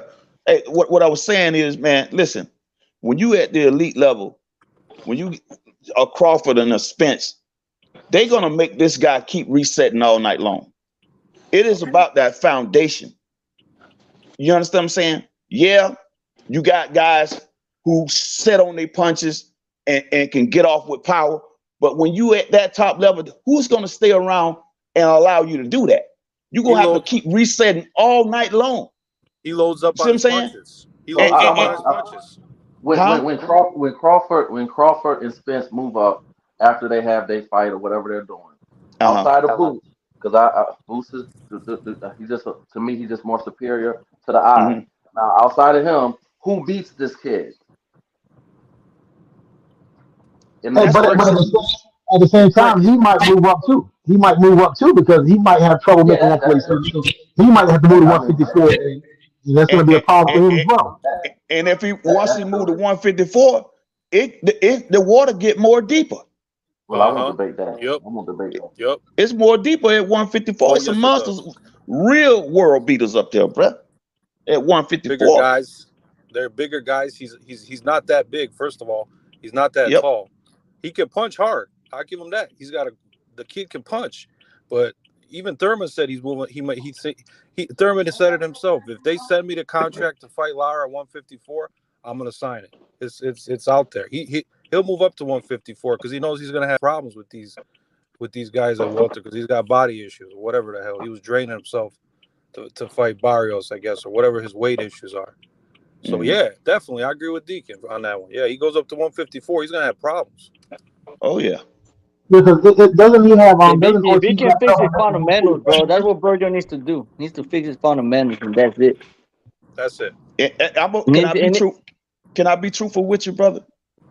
It's gonna take perfect timing, the perfect opponent to have a title. And the reason why I'm saying that, because Boots is next up, and I don't see him beating Boots after the rest. So we done said that, right? We done established that, right? So Outside what of I'm Boots, who saying beats him, is, brother? if Boots get a title at 147 and decides, you know what, I can't hang around too much longer. I did what I needed to do at 147. I think Ortiz gonna have to stay around a little bit longer. You know what I mean? He gonna have to wait this out And if he because does, it's who gonna beat him? some world beaters at 147. It's some world beaters at 154. At 147, who That's quite frankly brother? is a step above him. Who at There's guys 147? on the I ain't gonna panel debate. right now that think there I must won't be debate. somebody on the panel. I'm not debating. I'm not debating 154. I'm not gonna even go there because I agree with that. That's gonna be rough. Crawford, I'm talking about that Spence, 147 minus Boots. those two. Minus those two. You can put Boots in there, but I've already said those three. I've Oh, acknowledged so those that's three. what I'm saying. He gonna have to wait them out because he's not gonna beat them. He ain't gonna have to wait out Crawford and Hey, Spence, bro. They're not really in the conversation. Outside of Boots having. I mean, if Boots needs to fight, I mean, Boots a hell of a fighter, bro. But I got Boots over Virgil. But Boots having fought a fighter that exchanged with him. that's true. Yeah. So Boots, I mean, Living is the only one who exchanged with him, and he was giving that upper right hook. And Living didn't carry his power to 147. So he actually caught Boots a few times with a clean. Yeah, clean and Boots. Yeah. And So, I said then I'm just if saying, Crawford bro, would have caught if I him can with pull that, Boots and Virgil, I mean, I got Boots over Virgil. But I can say sometimes I feel like, man, it can be a 50-50 fight. That's a good You know what I'm saying? Yeah. That's a I fair mean, point. somebody, if they fight against each other, somebody's gonna get knocked the fuck out. I believe it. I got it. I got it. I got it a 50-50 fight with Virgil Ortiz and Boots Ennis. I got it 50-50 Yeah, because somebody's gonna get knocked the fuck out because let's say Terence fought with Boots and Terence schooled the fuck out of Boots. What people gonna be saying? Oh shit! Oh fucking Terence schooled out of fucking Virgil. But you gotta people don't keep the understand same something. energy. You gotta People don't understand keep the something. same That energy. Boots has a good jab, solid jab, fundamentals. I never see I don't see Ortiz setting anything up. It's just Well, straight up Boots ain't made right out of in your steel, face. His Boots Nah, sets it up hey, nicely. He got a nice jab. well, I was yeah, tripping with Virgil, bro. I was like, man, this motherfucker's not using the jab. He always uses the fucking jab. The jab to walk inside and give you his combo punches. That's fucking Virgil's weapon. He He started was later. fucking up. He He started was later fucking in the up. fight. And I'm gonna tell you straight up, he was fucking up last night. He I started mean, later in the fight with the jab. He was yeah. coming out there If I trying to could give knock it, dude if I out. could give him a 1 out of 10 performance to Virgil, I'm gonna have to give him a 6. right. And yeah, real quick though, to that right there, right? Now you give him a 6, right? But keep in mind, right? McKenzie, you gotta his approach, bro. Like we expect Virgil to have more composure in that fight, but also he going off of his opponent approach. So I give Virgil, for me, I give Virgil an 8 instead of a 6. You can't do that with that type of opponent that he had last your night, opinion, brother. brother, but I'm gonna go with a 6. I have to go. I mean, but he listen, was missing a shitload of punches. He was too fucking wild. He was too excited. That's what I mean. You know what I'm saying? Now it's a tempo of the fight, right? So as the fight goes on, you gonna meet certain fighters, you know what I mean? There's plenty of examples of that. No, So, no. If you listen to what he's saying, I'm gonna break this down. What he's saying to you, brother. Now listen. Now, what I said earlier, that they did him a disservice. He know, his whole camp know that this guy only had 2 knockouts. So he went out there overshooting shots, trying to get a knockout, trying to sell it to the crowd. And once he got, they didn't really give a damn who was in the ring, the ones who was showing up to see him, and they knew that, right? All he wanted to do was get that knockout, and he was trying too hard against a guy he knew that could not put up real resistance, right? And by he listen, he did not show up last night, because had he just took his time and went in there knowing that this guy couldn't listen to what I'm saying, knowing that, let me finish. I'm gonna finish real quick. Knowing that this dude couldn't hurt him, work on his fundamentals, take his time, set things up, work on some things. It would have looked better on him. You know what I'm saying? No, like how he did with Mid Machine, bro. Like how he did with Mid Machine. When he fought against Kavalaskis, he started being more patient right there. Right. He was placing his punches. Hey, bro. Right. That's the whole thing. That's the whole. Hey, bro. Now, hear me out. It wasn't a disservice when it comes to McKenzie, bro. I keep going back to his approach. We know his style. Now, listen. Think about this. It will be more of a harder fight. Think about this, bro. Mean Machine is a hard fight for anybody, especially for a first half of a fight. Hold on, real quick. For the first half of a fight, if Mean Machine don't get you out of there the first half of the fight, you're gonna be in a tough fight with Mean Machine, because he might fade later on in the fight. Now, guess what? If McKenzie would have had more composure, now remind you, he had Virgil missing, bro. If McKenzie would have had more composure, like how you say it, instead of that wild approach to him, if he would have calmed that down a little bit, that would have forced Virgil to calm down and pick his shots even more. But guess what? Kenzie most likely would have more success rate by countering Virgil. Simple fact, he made Virgil miss. You're gonna make him miss that much, you're gonna have to make him pay as often as you make him miss. So I don't think it's a disservice, and the reason why I say it's an 8, because you got to handle a wild fighter, and all angles of punches is going at you, and it was more so on the defensive side of things, where McKenzie could have actually done more. So it's things that you see offhand. What's the things that you could apply like that? If it would have just been more so like you said, Mean Machine, and Mean Machine wild too. Don't get it twisted. Mean Machine is a wild bull, but his defensive sound output McKenzie more defensive sound than a Mean Machine, and that's just facts. He walked down. We can agree to McKenzie, disagree, hey bro, McKenzie can make you miss. McKenzie can make you miss. Mean Machine, he don't have no defense like that, bro. Hey, my man, he agreeing with me right there. So let me tell you why I disagree with you. Virgil. I can give credit to Virgil. Well, I can give credit to Virgil when he was doing those body shots to slow his ass down. Right. That was the only way. Listen. This man knows what he was looking. Bro, and hey, hold on, Mean Machine bro. Defense. You got to give Michael a break, bro. You can't just keep going on and don't let nobody else speak, bro. Hear me out. Hold on. Damn, hey, bro. You always I'm not doing that, bro. Shit, man. Nah, bro, I'm not doing that. Bro, I mean, goddamn. Listen. Hey, Digga 05, respectfully to you, right? That's what I'm saying. Man. You said what you said, hold on, bro. Hey, Deacon, respect OG. Come on, bro. Run for office. Well, Yeah, hold on, I'm bro. leaning back, We're but not doing that. I can't out talk you. I'm We're not chilling. doing that, bro. I'm chilling. We're not about that, bro. It's not about that. It's about pointing out I the said I'm factors. chilling, You trying to downplay. Hold on, bro. You said disservice. That's a strong word. Now I look at it a little completely different from how you looking at it. So if you want to say disservice and that's the final all be all, I'm saying this all, my nigga. You gotta look at that fight entirely, my nigga. You can't compare a Mean Machine who's more you gotta know his style, coming forward style, and guess what? All his fights didn't go to 12 because Mean Machine was getting niggas the fuck out of here. I don't give a fuck you full work or platform fighter. Now take McKenzie, you might not be impressed with that, but I'm impressed because he handled a wild type of fighter.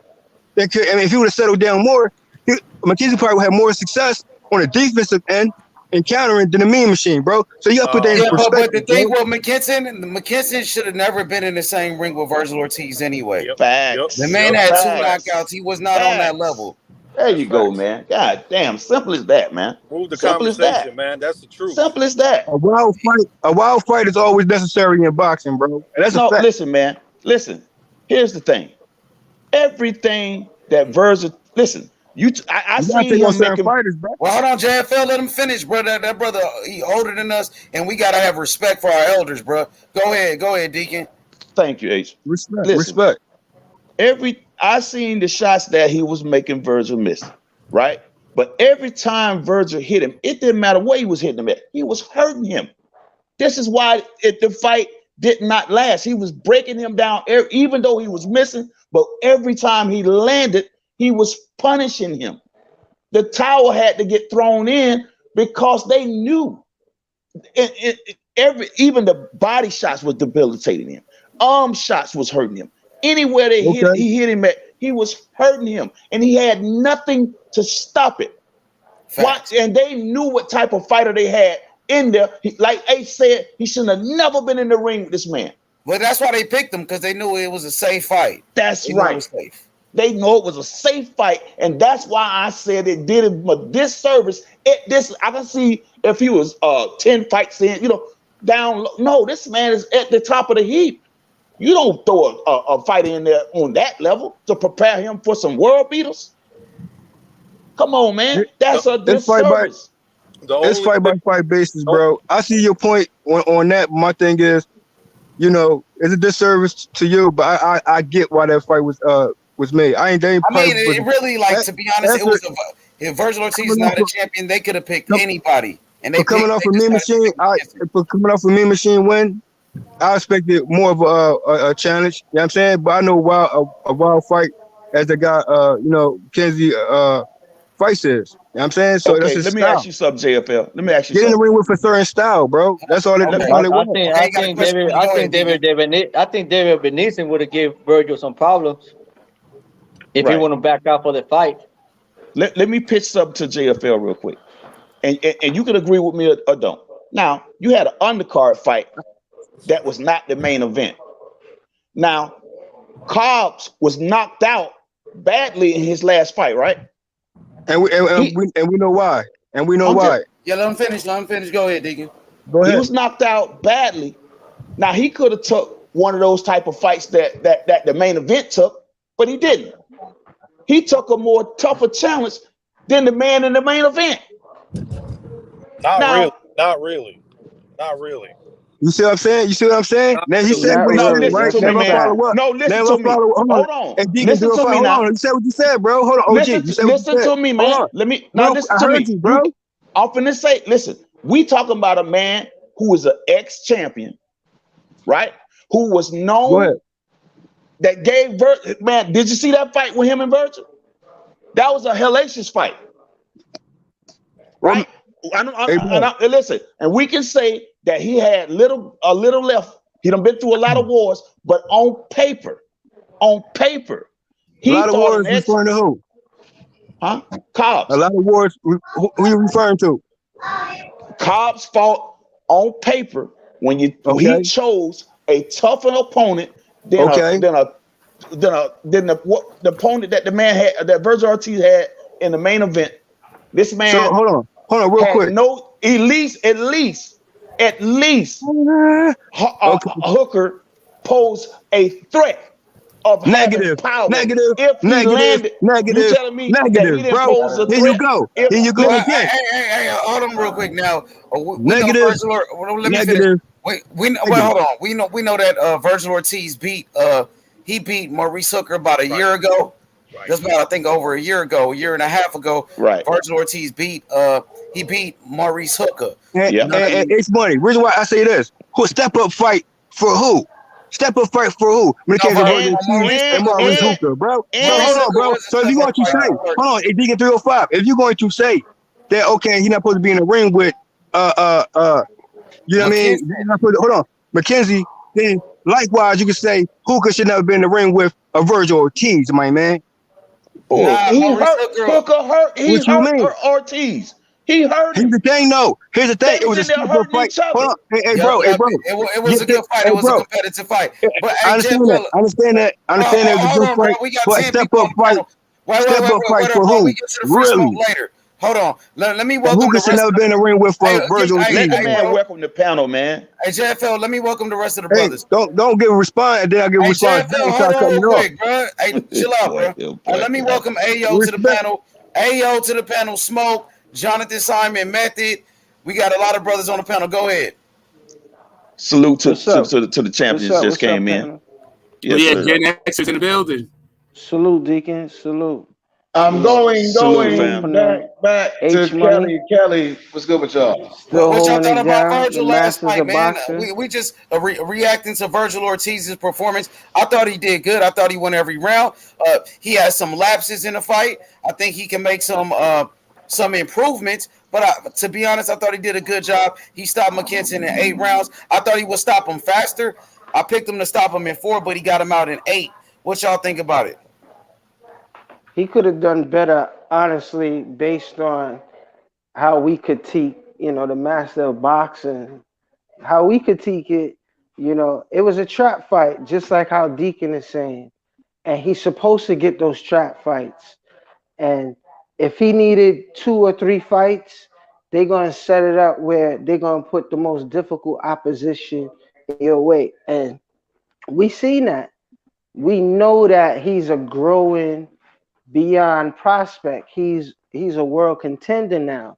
But who he fought, we got to give the guy credit. He don't have no knockouts, but he was there for a reason.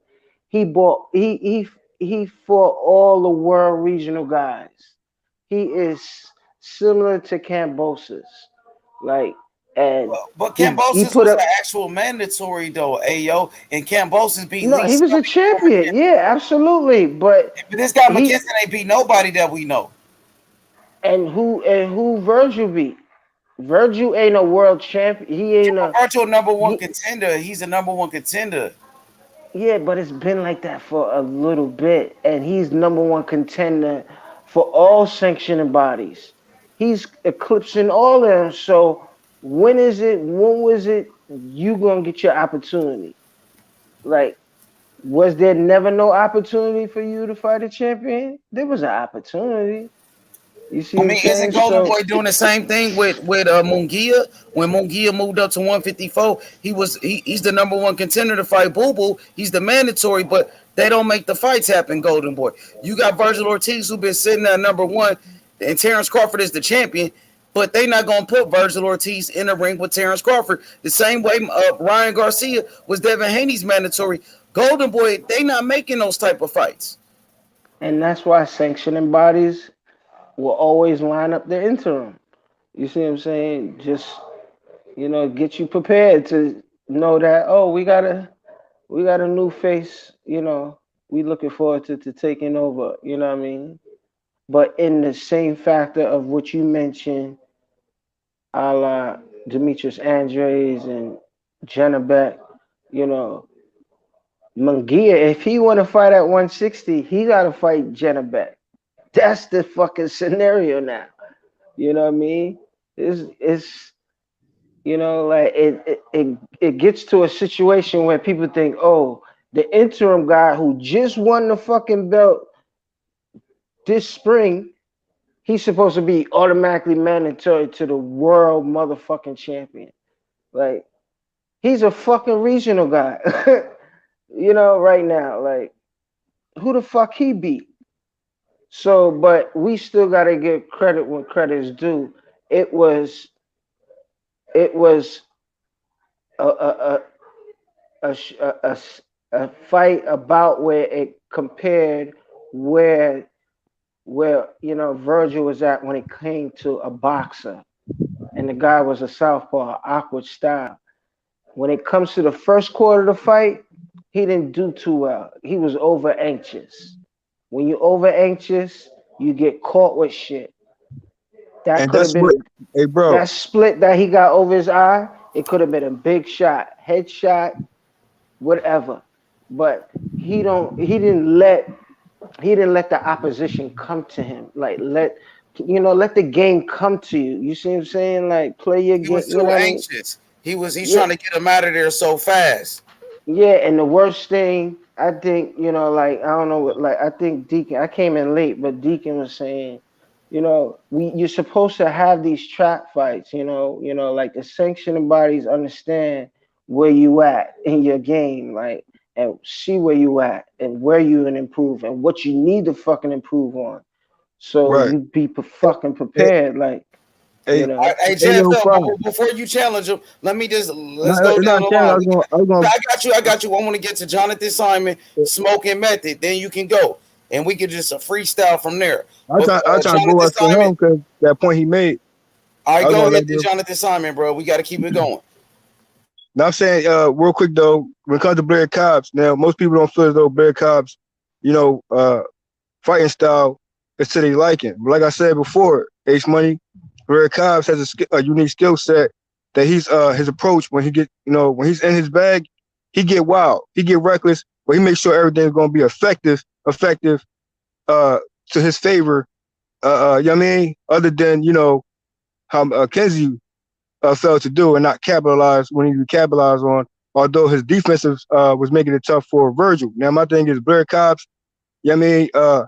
Skill set is he learned on things on the job. You know what I'm saying? But if he had more composure himself and set the punches up, you know what I mean? Instead of being more wild, he'll get more knockouts and more success rate and effective punches going forward. You know what I'm saying? His back foot game got to improve on that regard. You know what I'm saying? He got KO on that end, but you know what I mean? Unique style. He's wild. McKenzie, he's wild too. He's probably even more wilder than Blair Cobb. So you gotta understand that's how his approach was on Virgil.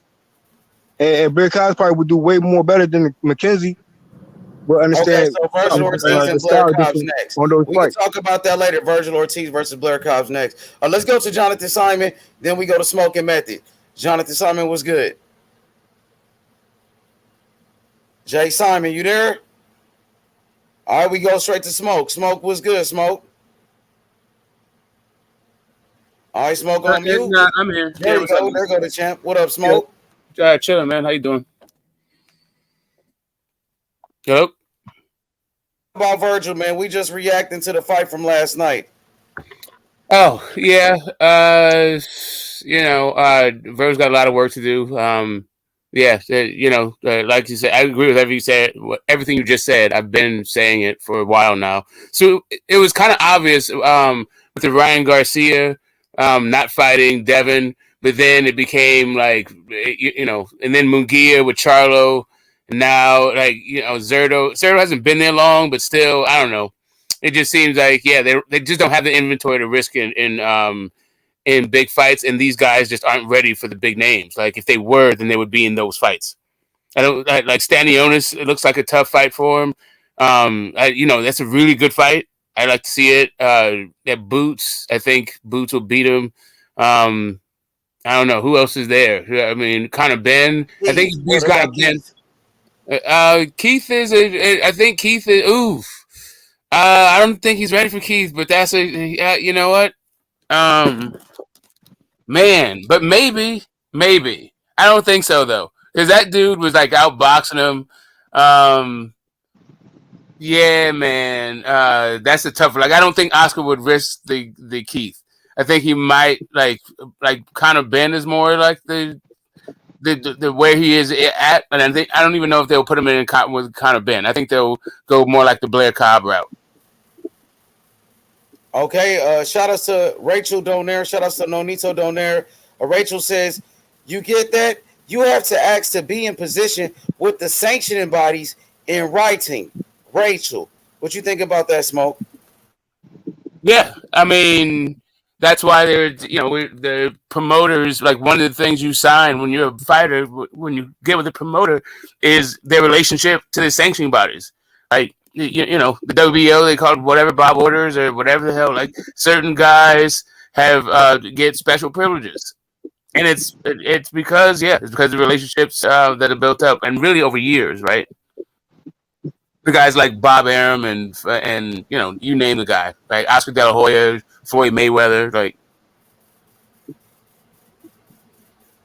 For sure. Okay, Big Meth. Salam alaikum, Meth. What's good? What you thought about the fight? Wa alaikum salam wa rahmatullahi wa barakatuh. What's good, H? Hey, salute to OD. We got The Rock from the Gibraltar, I believe, Sports Heaven, Mo Bars, Deacon 305, Ayo, Get the Smoke, and John Simon up on panel. Salam alaikum. Hey, Virgil, he said he wasn't going to use I mean, he didn't want to say any excuses about last night's fight. That's what I kind of got from his post fight conference, his post remarks. But I could tell that it was more so the ring, him being ill, being out the ring for a while. He was overzealous, over anxious, trying to force things.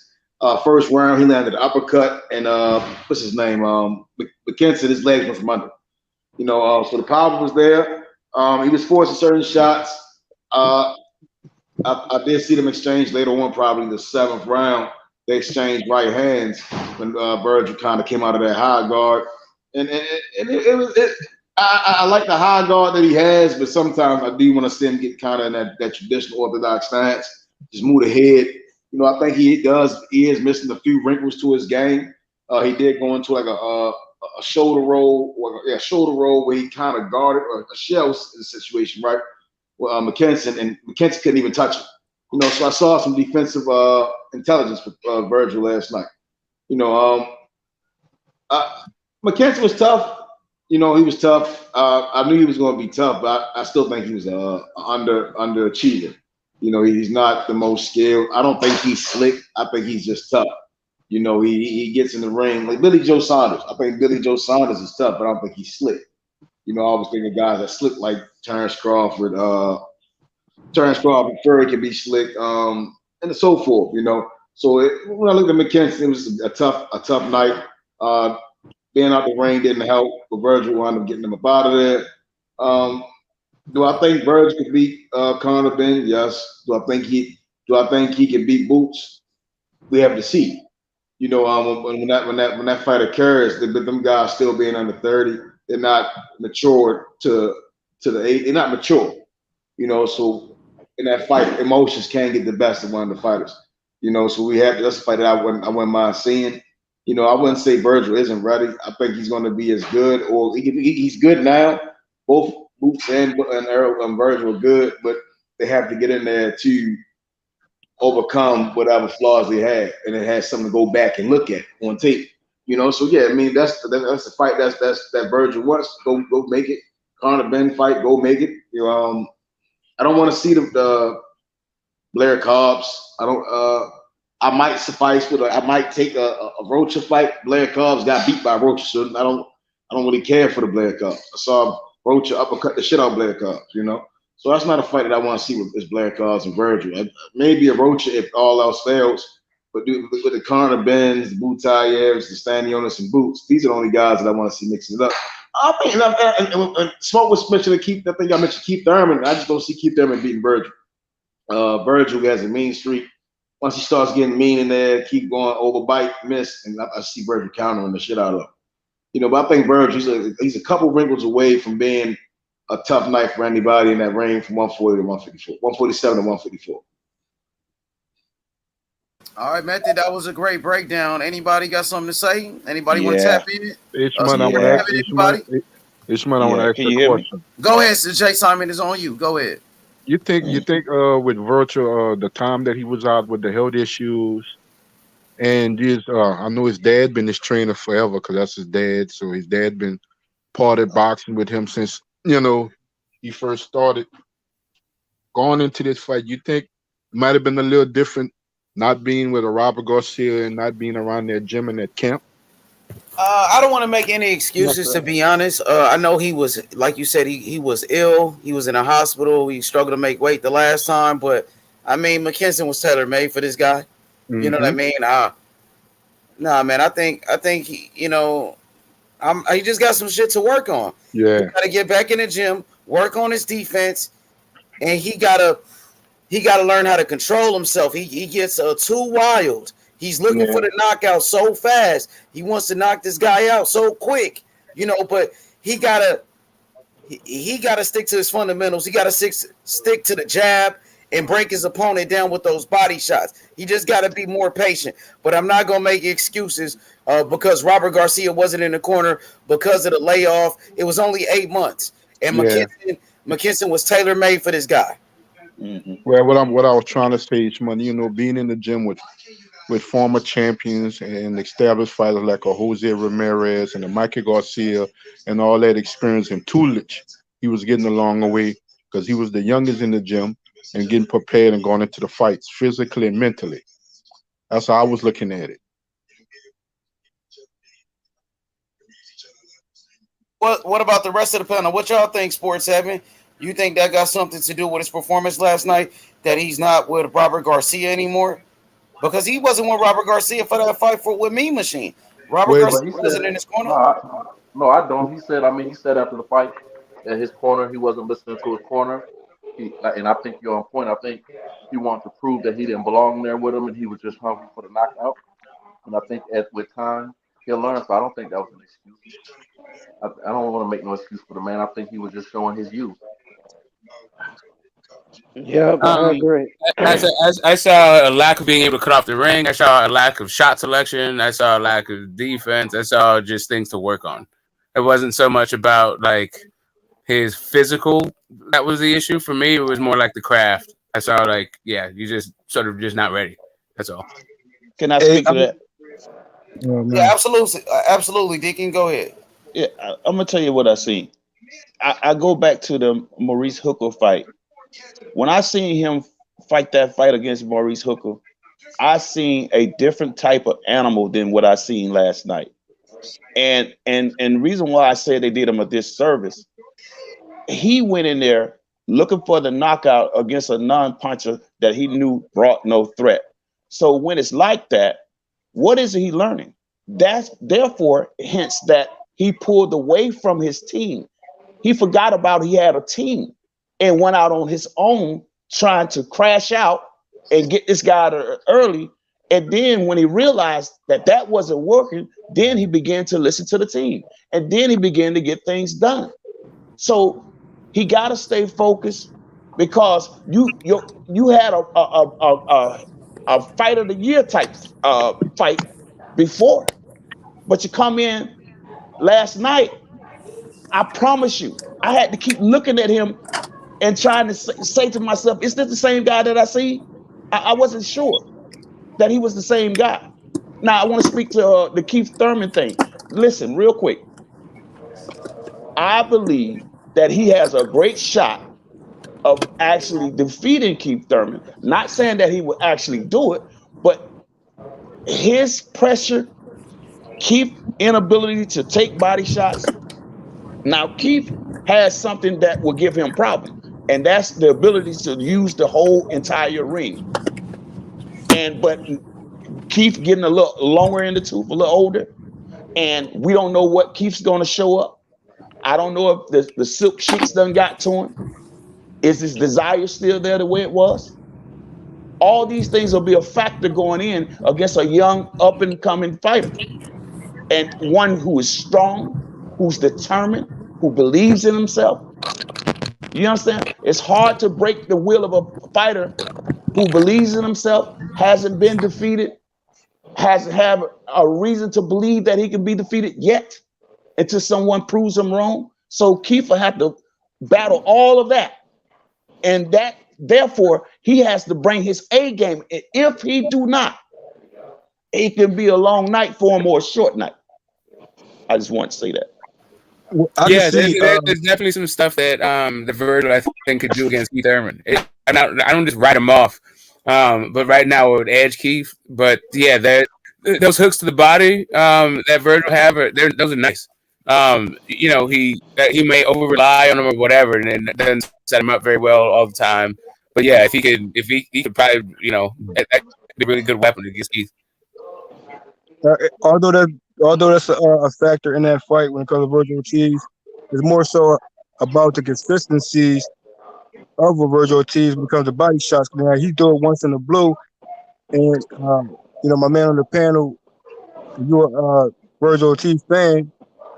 You're a Virgil Ortiz fan. You'll notice that the body shots is not always a thing to go to for Virgil Ortiz. Let's just keep it real on that. And also, Keith Thurman also has body shots they give back. And also hooks, the mid-range, close range type of situation. You know what I mean? So Keith, he can keep Virgil Ortiz at bay.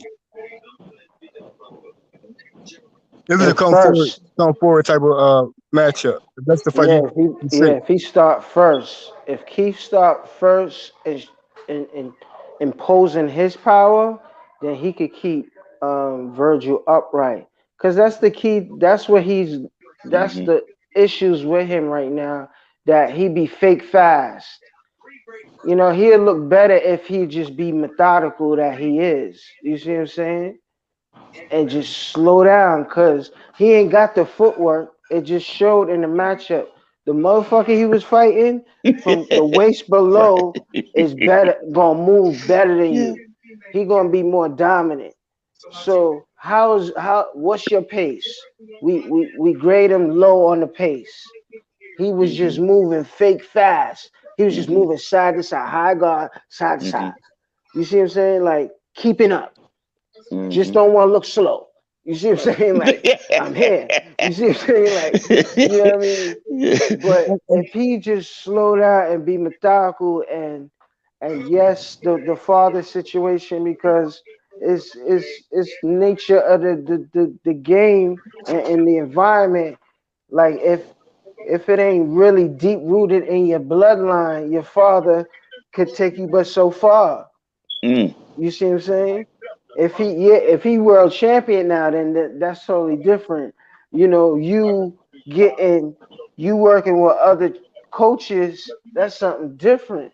And like the best of them work with, different camps, different trainers, and you see what I'm saying? So like yeah, but I think that would say, improve. Like his game would improve. Like if he'd have had that other the Garcia in his corner. But I was gonna say, bro, everybody was talking circles with him. Manny, his dad, and I don't know who else to tell him the game plan. I was like, what the fuck? You got 3 guys telling you what the fuck to do, but they're all talking in circles. That shit can get you fucked up in your head too and get confused what the fuck you're doing. Only if he's used to listening to three voices at once, then he can do it. But if not, like you said, that could be chaotic. You only need one voice and that's it, bro. Really? I mean, really? Yeah. Let's say we 3 trainers. And, we see the fighter. And I can say, H tells me something, hey, he's doing this bad. Or Deacon tells me something, oh, he's doing this bad. And they say I'm the head trainer. Yeah, saying, oh, he's doing this bad. Only one's gonna speak to him. The head trainer's gonna be the one. Right. Not all of them at the fucking same time. Right. That can get you fucking confused. Yep. So we can all work together, but only the head trainer's gonna say, oh, he's fucking all right. Like you can tell me, Deacon, he's not using his jab a lot, bro. I noticed that. Fuck, right. Hey, you need to start using your jab, brother, so you can work in your ass, so you can get your ass in the inside, so you can throw your combo punches. You know what I'm saying? You just need one trainer to tell you that shit, and everybody just saying, hey, he's doing this shit bad, and that's it. A calm corner usually come but out on OD, top. You know what it is? It's like 3 different aspects of 3 individuals seeing 3 different things going wrong at the same damn time. Yep. Like, you see what I'm saying? Because he's learning on the job, and it shows that he ain't really grounded in the game plan, because that's not a game plan. It worked, but on the world level, you see what I'm saying? It was expected for a shorter guy to make you beat you to the spot. But what was he doing when he was beating you to the spot? You know what I mean? He gave you a nice headbutt. You see what I'm saying? But it is what it is. You just slow down. You see what I'm saying? Because your head can't be first before the punch. You know what I mean? And That's that fact. it's you see what I'm saying? So it's like You don't think Keith you gotta he don't hey bro, control like when you you don't have think your Keith high guard and you running down on shit all the time, hey yo like five, yeah, you think Keith would take advantage of that situation like that? man, Keith with the Keith, uppercut. yeah, Keith Keith going uppercut would have is a had him veteran. like upright like this. Oh Yeah. shit. And Now, then now he'd have listen, to we reset and think about the amateur days and shit. like yeah, you we see have what to I'm saying? remember that Like Keith is a veteran now. I'm not saying he gonna go in there and be a slouch. All I'm saying is what Keith is going to show up after after all these breaks and all these The same one that injuries fought and Mario. excuses. How bad do he really want it against a young, hungry lion? It matters. It matters what guy shows up that night. It And, really Shit, matters. right. Thurman didn't want to give Boots a chance, bro. It Huh? definitely matters. It definitely matters, Thurman bro. didn't want to give Boots a chance. But Right. that works both ways. Because you like you said, if I don't see Virgil approaching Keith Thurman as he did the recent fight. I think Virgil would know that. But at the same time, though, Virgil he will come forward and take more risks. I mean, that's just in his toolbox. He like to go. He like to take risks, bro. Like that's every fight I've seen him in. He always go extra mile when need be. I mean, that's up against Keith Thurman, who most likely can make you pay because he's more, composure. And Keith Thurman also react fast as well, punch for punch at most cases. Oh You know yeah. what I mean? So it's gonna be hell of a combination fight, combination galore in that one. Oh yeah. I would actually get a man, Victor, a shot to win that fight. Not saying that he can do it. I wouldn't bet on it, but I'm just because Keith is no joke for real. But again, I don't know if his desire to be great is still there. Because I What you think thought, about his Mario fight though, bro? listen, that for come on, I didn't really like that performance. He did enough to win, but again, if the old Keith would have been in there, he would have stopped that dude, man. Yep. I was not about to say that shit. Yeah, man. You gotta That's what remind, I'm hey, saying. bro. Here's the thing: you gotta check. Old Keith wasn't injured, bro. So let's keep that in mind This too. what I'm trying to tell you. I don't listen. He better be at least 85, 97% going in against this young lion. And I believe, and listen, I believe Keith will, and he's getting He there. gonna You have know to what I be. mean? Because Yeah, he gonna if he have to takes on be. the likes of Virgil Ortiz, if he's trying to take on the likes of Boots, I think he's gonna be there. And then on top of that, I still think he wants to. It might be far fetched from now, but I ain't gonna mention Pacquiao right now because maybe back in his mind he wanted to run back with Pacquiao. But that's something to look forward to with any Yeah. rematches. Anyway, other than that though, Keith Thurman, I feel as though he came back and at least tighten up the ring rust part. So that's not the question. I don't see no ring rust at all. I see him, being more effective, and he might need a young lion to get him back. You know what I mean? Or he might need to get in there with Spence and get back on that level. So either You way, already whether it's Virgil or even Spence, Keith got to perform how he performed, and I think he will perform in both fights at his elite level.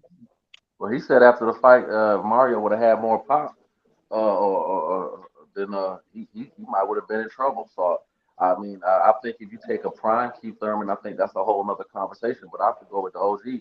That Keith Thurman, it ain't gonna change a whole lot. And you don't Mhm. want that smoke with that young boy. See, one thing about boxing is it's kind of like we kind of look at it sometimes like X's and O's, like a video game or some shit. And we say, well, his footwork or flat foot fighter or blah blah blah. Listen, when that flat foot fighter hit your ass, then all that shit go out the window. You know, it's a sport about. It's the same thing with Boots and Ortiz. I mean, you can argue about who's more talented, but the question is what's going to happen when they get hurt and they in the corner and they have to reach down in their heart. Who got more heart? Because it's still a fight. There you go. Yeah. Just like I've bred dogs, bulldogs for 20 years. You can have the baddest motherfucker in the world, but one day you're gonna get in that box, and it's gonna be something that's gonna give you some of what you want, and then you're gonna Who have to do. You're gonna who's look at still scratching? yeah, you're gonna look at that dog motherfucker and say, well, he never did that before. Well, yeah, but I guess not. But so it's the same thing with these fighters and Boots. I think he's to the point that he want to try to take another shot at getting the belt. He don't want that smoke with them young boys, and I think he might look good for a couple rounds, but the second he get hit in the kidneys, he gonna be in the corner like, man, I'm ready to go to the crib. Hey, All right, you just made let me you ask you. just Let me ask you this, he fam. just made an awesome point to what I was saying about Virgil, right? Listen, he needed to be in the fight last night with a guy that can actually test him and prepare him for these world beaters. Because guess what? The things that he needs to work on wasn't highlighted last night, where he's getting hit with overhand rights or uppercuts or whatever, and getting buzzed and getting wobbled or whatever. You know, where he can go watch film and say, you know what, I can't make that mistake against Crawford. I can't make that mistake against Spence. I can't make that mistake against Boots. You didn't have that type of opponent last night to put you up against the wall, to make you figure it out, to make you say, you know what, okay, by the time I get to these, because I'm gonna deal with him tonight.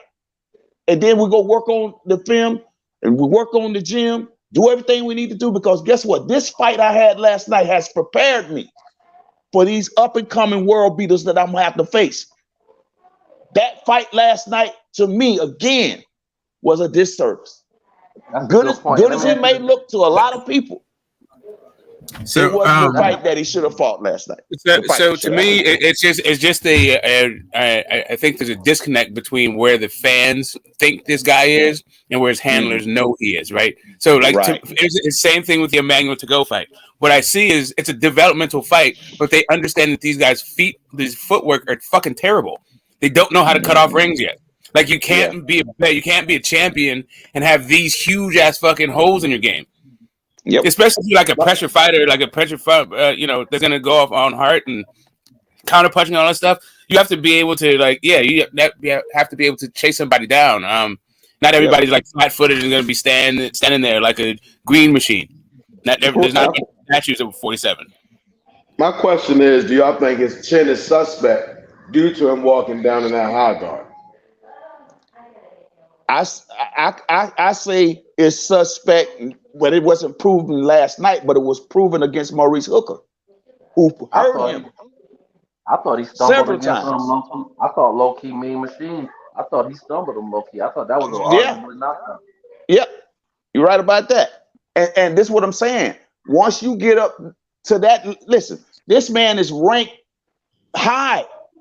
You need to put him in with fighters that's going to prepare him, because he's right around the corner from having to face these guys. You can't keep throwing him these whammy fights. Yeah, they got it. That's what I'm saying. They're shoring up these holes. But you don't shore up the holes against guys that will actually derail the money train, right? I agree with you, because what it's doing is really highlighting the fact to the people who can actually see what's going on, that this guy really is not ready. So we're not going to put him in too heavy to be exposed before we get to these guys. I get that, but damn it, man, you got him up there. Y'all ran the numbers up. You got him up here prepared to soon have to face these guys. So it's something to tell the truth in a little bit here. All I'm saying. What are Virgil Ortiz fans at? Like, where these motherfuckers in the comments? Like, why they ain't speaking like how, where the fuck TC at? You see what I'm saying? Can he grace us with a title shot? Like, where the fuck they at? You know what I mean?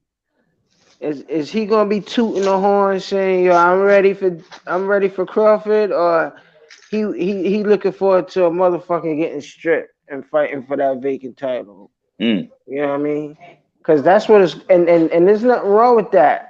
You see what I'm saying? Because that's what makes the game, and not just the game, but it makes individual certain fighters, it makes them more hungry, like how you was saying, a la Thurman. For him to beat a younger champion, you see what I'm saying? That's what, I mean, that says a lot on your resume as a Mm-hmm. How's you know what I Crawford mean, getting as a stripped? You just veteran fought fighter. Mando. You know what I How's mean? Crawford supposed to get? Even with Broner, when one of these when 140 gets set, you see what I'm saying? When 140 gets set, you see how 147 is, that shit. You see Virgil can't fight nobody else. Like they gave him somebody that, yo, see if you can catch him. Like how you gonna look? Right. He chasing a fucking rooster. You see what I'm saying? Like, you know, he got him up out of there, but it just go to show, like, you know, like let's get him a little oxygen, you know, Yeah. you know, because he kind of ran him a little, you know, a little bit ragged. You see what I'm saying? All the way he damn near went into the championship rounds. You know, a regional guy like that, you know, so you know, Bullshit. it is, you know, it is what it is with Virgil, you know what I mean? I see, like, when the welterweight division settled, like, I could see him being one of them champions. You know what I mean? Yeah, that's Him a fact. fighting Staniosis. But I don't That's see a him fact. I fighting want to say this, Boots. hey yo, if I don't you see him gotta look fighting at Boots. you gotta look at things objectively. They're adding depth to his game as far as being a fighter. Last night was just the fight, basically an exercise in cutting off the ring against a slick He's boxer. ranked too high for That's that, what you fam. saw. He's ranked too high for that. No, he's still young though. The dude's only 24 That years don't matter. old. Listen, do you know how old Fernando Vargas was when he became world champion? How old was he? 22? You don't know? No. 22? He was younger than that. 20? When he beat Ricky Wright? I thought he was young. Yeah, I thought he was a teenager. Let's go. Teenager. He was a teenager. And listen, they listen. This kid was so good. Listen, he was so good they actually put him in way too tough. But he had the heart to get in with a Felix Trinidad who was slaughtering guys. He got in that ring with De La Hoya, Trinidad, anybody. I don't give a damn if he went. Listen, the way he performed, this heart he showed, he still is one of my favorite fighters to this day. So the flip side of that, Deke, though, is like And he those had a guys very that start off early. Yeah, Those guys that start off early, they also flame out early. Yeah, that's true. But listen, man, I don't listen. I know they put.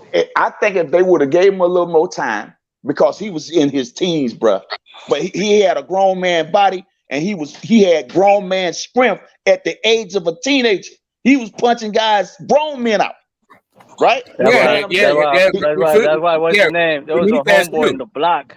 With Fredo Benitez, same thing. Teenager, like 15, 17-year-old champion, but you know, he don't know where the fuck he is right now. Like, you know, he's like walking the streets in East New York, brain gone. Hey, salute to Reggie Owens in the building, man. I mean, because right now Virgil got 19 fights, right? So it's not like this dude has a bunch of fights already. So he's still adding depth as a professional. That's the point I'm trying to make. I get it. But my point, the reason why I'm on my tirade is because, and like my man say, that's just the commentators. I get it. But I didn't like how the commentators was yeasting him up as though he was going to be beating Crawford and Spence. Bruh, he ain't ready for that yet. He made it clear he wasn't ready. Every time they asked him, he damn near wanted to tell him, man, would you stop trying to put me in the ring? Yeah, man, come on, don't do the man like that. Let the man, you know what I'm saying? Come on, if he gonna take his time, let him take his time then. But don't sell us the goods before it's time. Now, when you do that, you will have to make him walk it. So, Deacon, it was too early for Vargas to put him with Trinidad. Yeah, man. That was some OG in my hood that told my cousin that shit. Yeah, man. He told him, "Hey, bro, Trinidad's gonna beat the fuck out of Vargas." He was young, man. Listen, that's kind of a bad example. That's kind of a bad example. No, what I'm saying is, bro. Nah, he son Vargas in that fight. That was like that was a grown man versus a kid shit. Yeah, that man. All that stuff. He just machoed him. That wasn't fair. Yeah, Hey, nah, and the man, thing you gotta is, give Virgil, you gotta get Vargas more credit than that, bro. Stop yeah, playing. man. Listen, that's one of my favorite fighters, man. Listen. I wish the fighters today had the heart that man. And without reason why I say that, it's so hard for us to get these guys to sign the contract these days. I mean, them guys best for fighting the best, and you had a teenager going at grown folks, and you got these guys same age damn near won't fight each other. Yeah, It's sickening to see for real. You know what I mean? Come on, man. I would never downplay Vargas, bro. That's one of my favorite fighters, man. But I already the know, plus OG. You know what I'm plus saying? I hear you, but yo, what you think about Stanioli and although Stanioli don't have that much of a fight right now, I mean, it's ready for Virgil Ortiz though. Yeah. Well, listen, man.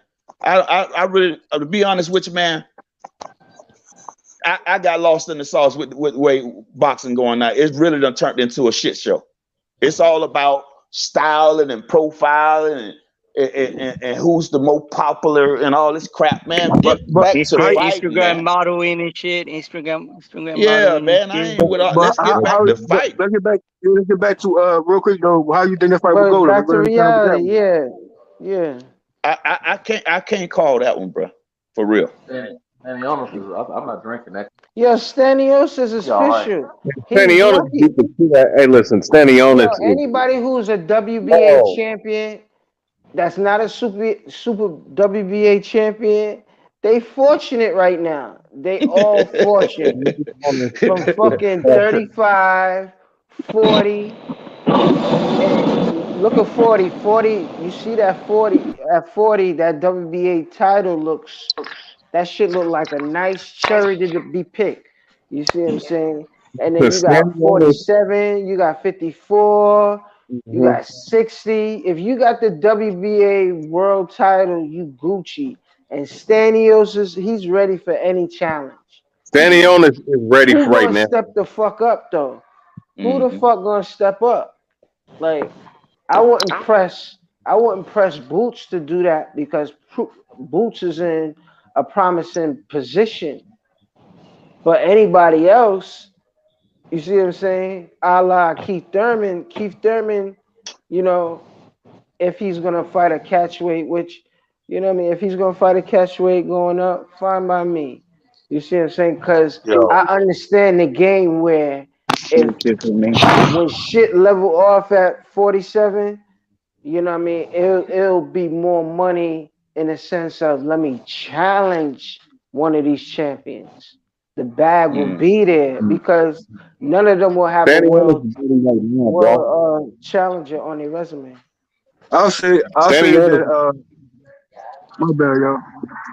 We all ain't Go going, ahead. bro, go in.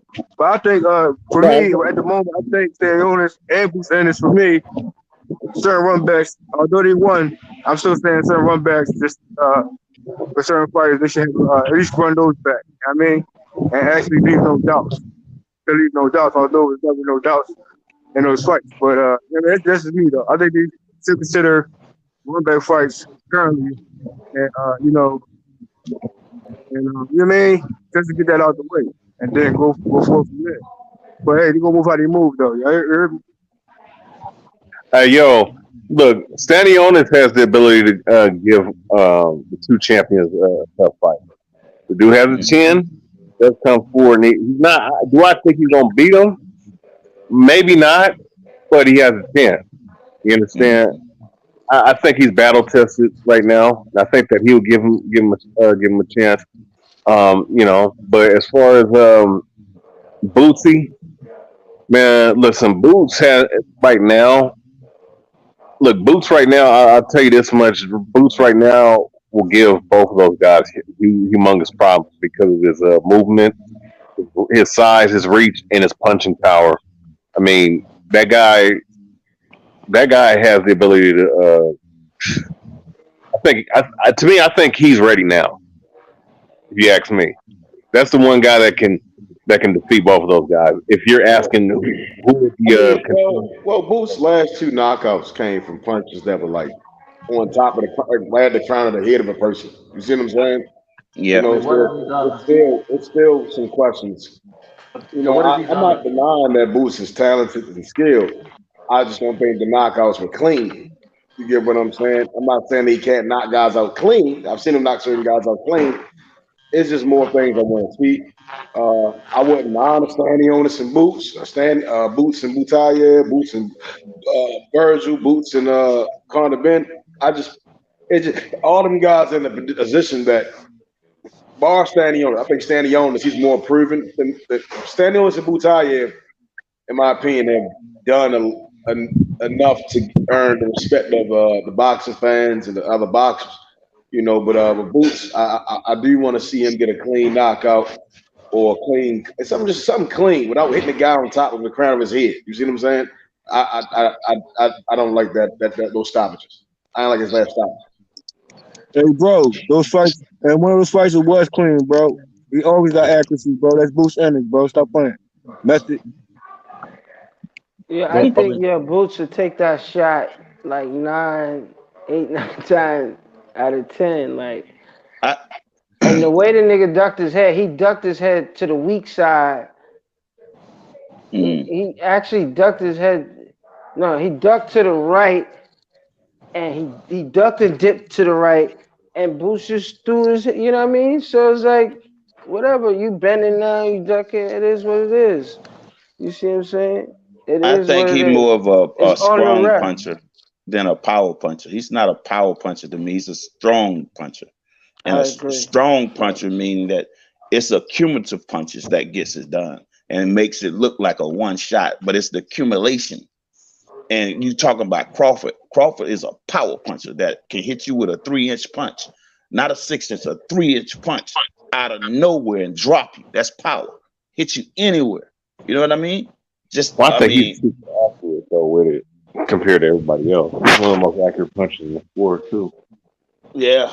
I just before I get out of here, man, I just want to say, man, this has been a hellacious panel.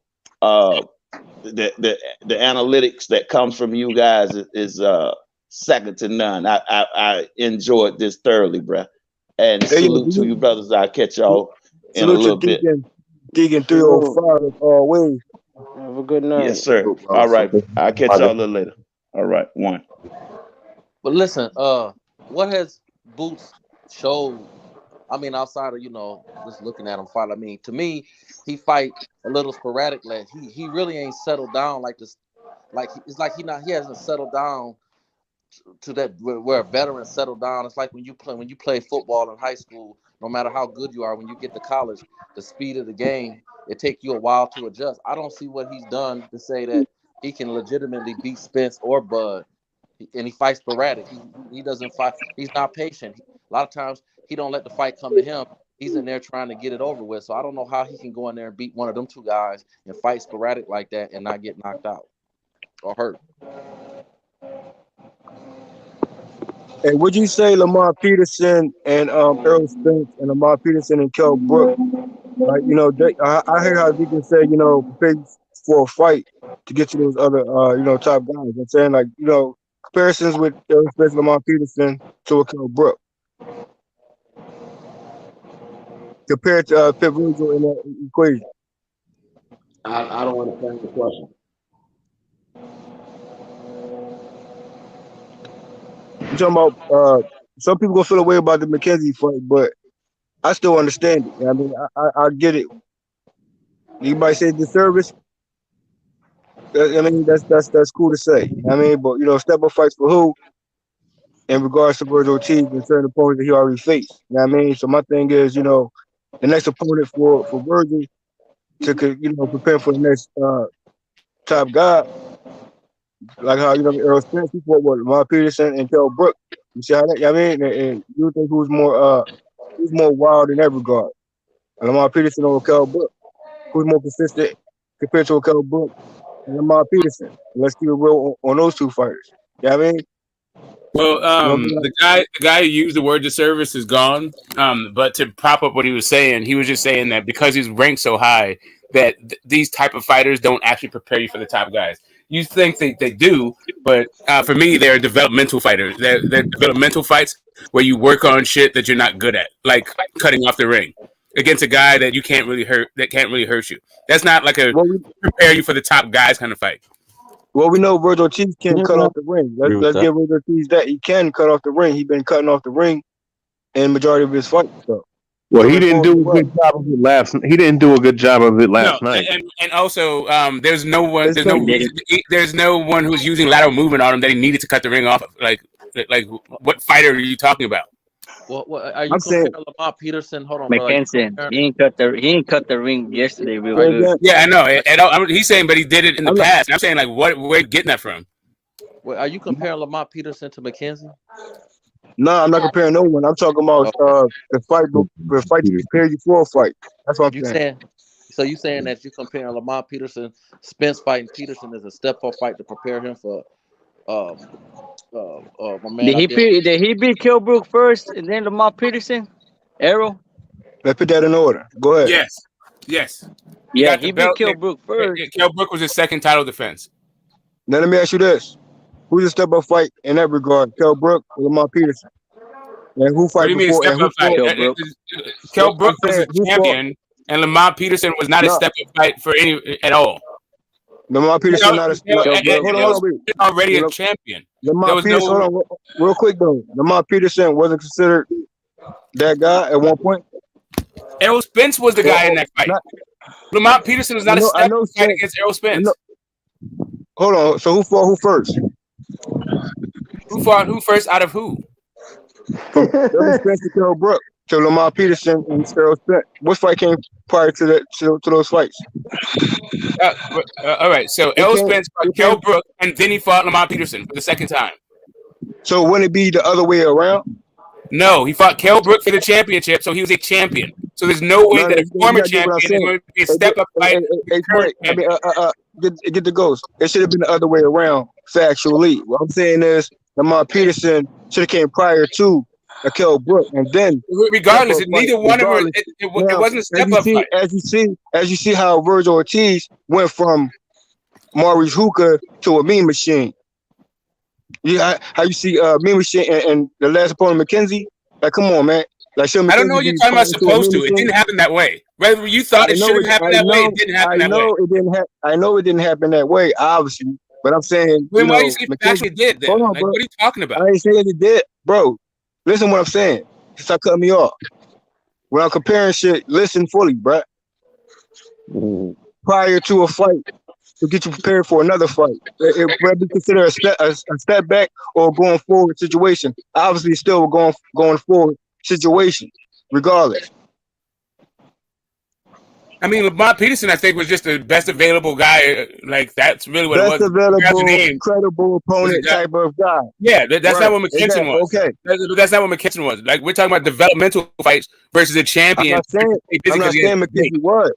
I'm not saying McKenzie was. Don't attach the two. I don't know why you're talking about Lamar Peterson at all in terms of step-up fights.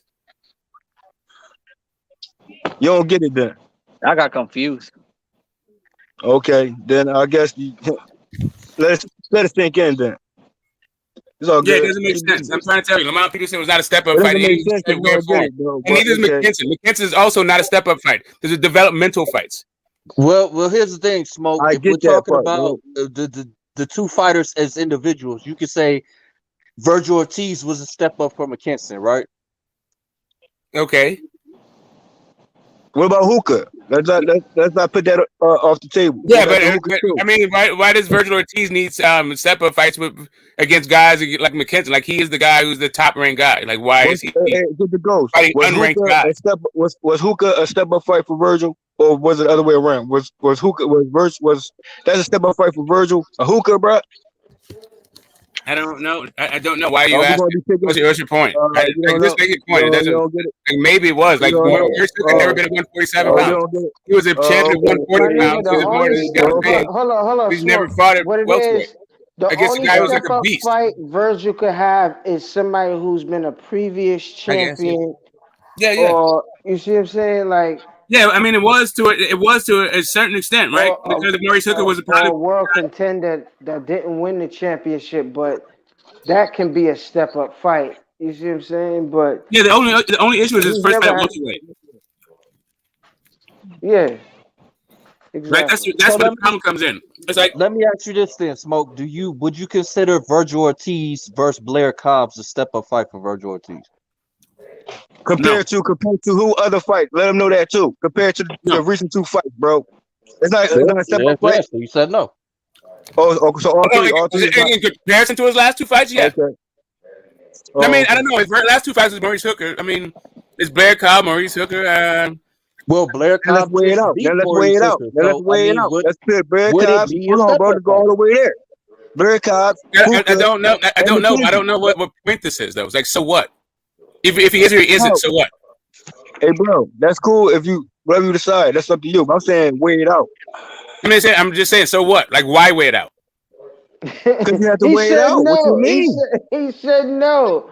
How you not gonna weigh it out? No, and then they added like in the last 2 fights. Did it step up from his last 2 fights? Blair Cobb a step up in his last 2 fights. I mean, I don't know. I'm not saying. Hey, listen, I know. Listen, Blair Cobb's. He's definitely a step up from his last fight, the guy last night. But he's definitely there, right? Let me. Okay, here you go. Let me mention Shakur Stevenson. Then let's turn it up answer even that more. question, but yeah, I can let's turn answer it up that even question. more. So. Hold on. I can answer Shakur that Stevenson, recent opponent was a step up more so than his previous opponent. Oh, fucking wait. What the fuck are you talking about, Joe? What he say? Hey, chill with that. What are you talking about? Talk. Hey, Method, bro. You listening or you listening Whether he is or he isn't, so what? What point are you trying to make, bro? Nah, hold on, bro. Hey, Method. Let me tell you. Let me ask you, Method. Hey, Method. Everybody's listening. Everybody's listening. Okay, we're all listening, but obviously Method has sometimes let it sink in. Like I told him, hey, bro. Shakur Stevenson. Hold on, bro. Shakur Stevenson, recent opponent. Compared to his previous opponent, which one's a step up according to you? We're not talking about Shakur Stevenson. He's a 2-division world champion, man. We hey, bro. Hey, you know what I'm getting at, I get it. The Valdez was not a step up fight, my nigga. It's cool. You don't got to answer that. Unification. One champion versus another champion. Yeah, and Shakur was favorite in those 2 fights against Herring and Valdez. He was the favorite. Yeah. That wasn't a step up. Shakur was the favorite for those 2 guys. Hey, listen, maybe he's saying there's a step up in competition. I don't know. Like, who knows? Like, what's your point though? Okay, I don't understand what's your point. Credible fights. McKinson does not. Let's not say. Hold on. Step up fight for Shakur Stevenson. You can apply that with Virgil Ortiz as well. Now I'm talking about a fight. Nigga, no. That shouldn't even make no sense. What you mean no? How you gonna say no if you ain't let it sink in, bro? He was not in a step-up fight. He was in a stay busy fight, man. That nigga had 2 knockouts. The World Boxing Organization is looking at that nigga like, yo, you the goods right now. You 17-0 and 17 knockouts, 18-0 and 18, 19-0 and 19.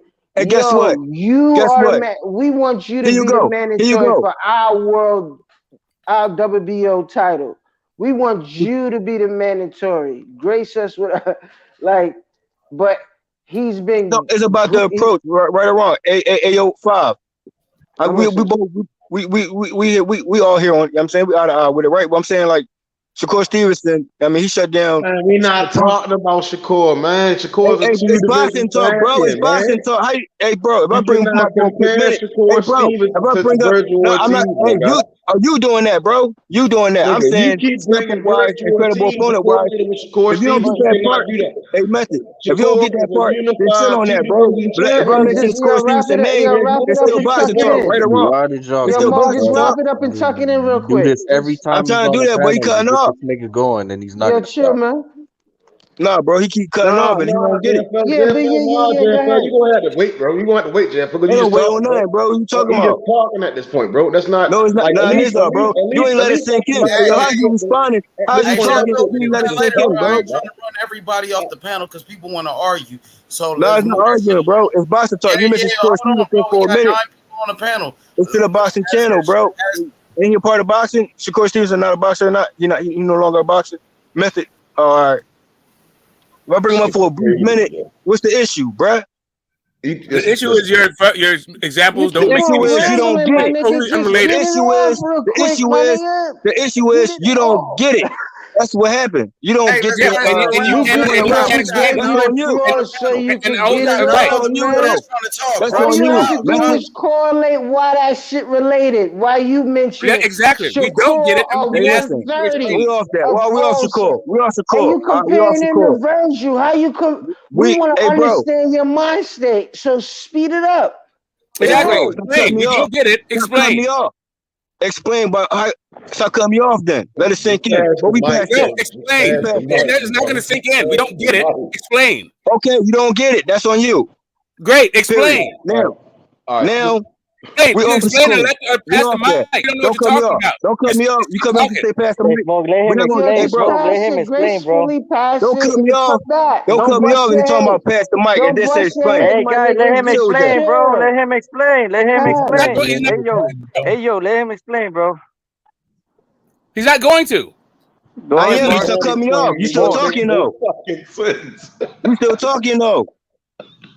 Every time. All right, You don't boys, let it sink explain, in, but bro. you want to cut off people. Explain, You bro. off that, bro. Hey, Let it Jay, sink in. all right, bro. No, we Hey, ain't gonna Smoke, chill out, bro. forever Let him and run cook it, dog. everybody off Hey, let him the cook it, fucking bro. Let him You're not, cook I'm it. telling you, you won't get any man. explanation anytime soon. You can You wait ain't ready hours. for it. You can You wait ain't ready days. for it. It's not You going to ain't happen. ready for it. Sure You I ain't am. ready Go for ahead. it then. Go You ahead. ain't ready Go ahead. for it. Go ahead. Chill. Go ahead. You ain't ready for it. Go So ahead. anyway, let's get back to McKenzie, bruh. Yeah, go ahead. You ain't ready for it, Smoke. Go ahead. Obviously. Yeah, go ahead. Go ahead.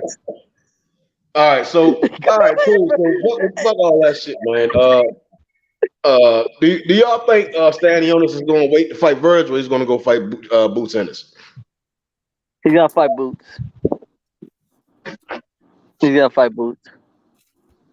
He's gonna be a good step up fight for Boots. He'll beat him. He'll probably. I don't know. It's hard to tell, bro. But Boots will beat Stanionis. That's gonna be a tough fight for Boots. Yeah, I know it's gonna be a tough fight. That's what I'm saying. It's gonna be a step up fight for Boots. You know what I'm saying? Because that Stanionis got the peekaboo style, bro. If Boots gets lazy, you know, we didn't see how his chin is gonna get tested. Yeah, I think Boots can knock him. I mean, in the Butayev fight, I saw Stanionis getting hurt, gassed out later on, and then that southpaw stance gave him a lot of problems. Boots going, I think they easy game plan. Come on, the southpaw, frustrate Stanionis, land some big shit early, get him out of there by the 6. Yeah. I think early, probably like in the 4. Yeah, that's all I'll say about that shit. It ain't nothing like a Butayev. And Butayev had that dude's back all red, sides all red, face all red. Boots don't beat the fuck out that boy. But okay, whatever. Yeah.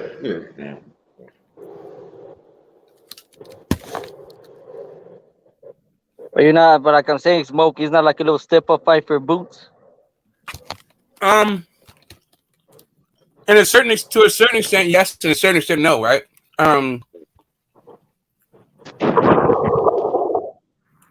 I don't know where you put. Hell no, that ain't no step up fight. Tell that nigga Smoke. 100% that ain't no step up fight. So that whole idea about like a former champion and like a lower weight class, He right? got too many fights. Go ahead, Smoke. Yeah, I mean he's got a bunch of fights, but they're a bunch of they're a bunch of regional guys like Ayubov, the Turkish fucking wonder, and then you got like Van Heerden, the South African Nightmare, and like whatever. I mean, he got a whole bunch of guys that are pretty good. They're cool, but like Algieri, he's fought like some legends. He fought he's a champion. Was Algieri have a belt? I think he's a former champion. I know he did have a belt. Pacquiao took it away from him, if I'm not mistaken. Yeah. Yeah, I remember Pacquiao. Yeah, exactly. I think he got it off of Barrios, maybe. I'm not sure. No. Anyway, maybe Pacquiao fought them both in their succession. It's just been so long. I have to revisit that one. But the point being, if it was not Algieri, it's definitely Lipinets. Like that's also another a champion. So a guy like Stanionis. What about Ugas? What about Ugas? Boots versus Ugas. What about Stanionis versus Ugas? No, Boots versus Ugas. I think. All right, who versus Ugas? Boots. Ennis. Oh, Ennis versus Ugas. yeah, I think he beats up Ugas also. I think he's too fast But for you him. say for you, it will be a good step up fight. Oh, that's a great step up fight. That's not just a good one. That's a great one. Like I'm thinking like Ugas Thurman will be the fight that'll get made, not like Boots versus either one of those guys. Nah, they ain't gonna put Boots. I think they're gonna when he's gonna fight in November. They're planning putting him in November to fight again on October. I'm not sure. I mean, that's where everybody's like waiting, right? Like that's when Canelo's in September. They're talking about Spence and Bud being in late October, early November. Everyone's waiting. People are waiting. Like Devin is fighting supposedly late October or middle of October. They don't know yet. Then you got Shakur versus Concepcion. Forgetting about everybody forgetting about that. Yeah. Some people forgetting about that fight. Yeah, when is that? It's on September 23. And the 23rd. In September, they're going to fight. And like I say, people, Shakur never had a step-up fight. Shakur was always the favorite. Always the favorite. Shakur Stevenson had a development situation, working on a few things, recent fight. I guess, method. Okay, get my point now? But we offer Shakur Stevenson, right?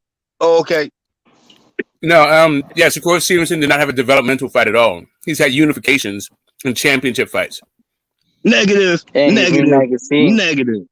But nice try. Nice try. I mean, he kind of had one when he first moved up to 130, right?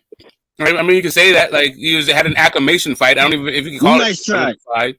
Maybe it falls under the umbrella of developmental fight to get acclimated to a new weight class. But it's been forever since Shakur had a developmental fight. And get the smoke, man. I don't know what the hell you talking about, bro. Well, ask a question. Maybe I can help you out. I can explain my shit. I have no problems explaining. Yeah, please explain into your intellectual detail. Well, what are you confused about? You gotta let me know. You gotta give me a little bit more to work on, bro. Like, you need to know about the birds and the bees. Like what? I'm trying to understand what the fuck you just said. Like the last minute or so. Yeah, no. What are you confused about? What I said about the last minute or so? No, it's very confusing. I mean, can you? I don't know what you're confused about. Maybe you can ask me a direct question that can help you out. Otherwise, man, it just sounds like you're just kind of full of shit right now. No, I ain't full of shit. I don't know. You trolling? Is this like supposed to be a joke? Like, are you really confused? This ain't a joke, my guy. What you talking about? Okay, so cool. So what are you confused about? I'm confused, man. Like, what do you know, bro? Like, what do you know about the situation? What do I know about which situation? About the Shakur situation, bro. He gotta be trolling, yo. Yeah, I'm just trying to figure. Like, I'm not. He swears he's not. So I'm ready to give him the benefit of the doubt. Let's see how deep this wormhole goes. I know. We're talking about Shakur right now. Yeah. Yeah, and we said the situation though. Like, we ain't even talking about a situation. Like, what the fuck? What situation were you talking about, historian? The fact that he don't know what the hell he's talking about. Don't know what I'm talking about in terms of. Yeah. You don't know. Dude, you don't know what we're talking about is the issue. hey, man, go ahead. We were talking about that Shakur never had a step-up fight because he always was the favorite.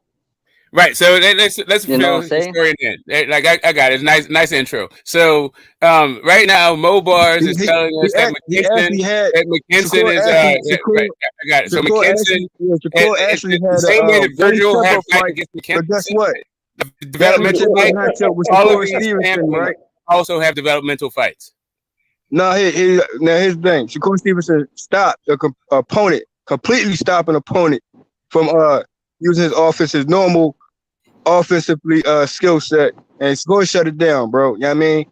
As you can say, majority of the fights, but we know an opponent who has more or considered more of a step-up fight than his recent fight. I'm talking about the previous one, bro. And also, Ryan Garcia also did the same thing when it came to Manuel Tago, by Ryan Garcia applying that pressure and then let Tago get offensively his shots off as you normally do.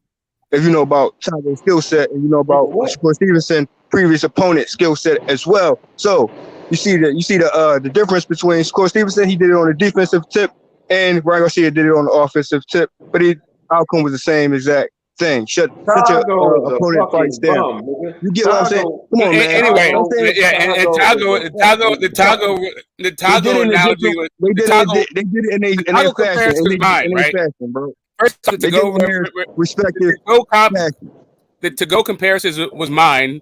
Stop jacking. And then also the fact that they had the same result has absolutely nothing to do with whether or not they're developmental fights. One, like I said, was a unification, and the other one, Virgil Ortiz versus McKinson, bro. is more like to go versus Virgil Ortiz. Do we know the difference, bro?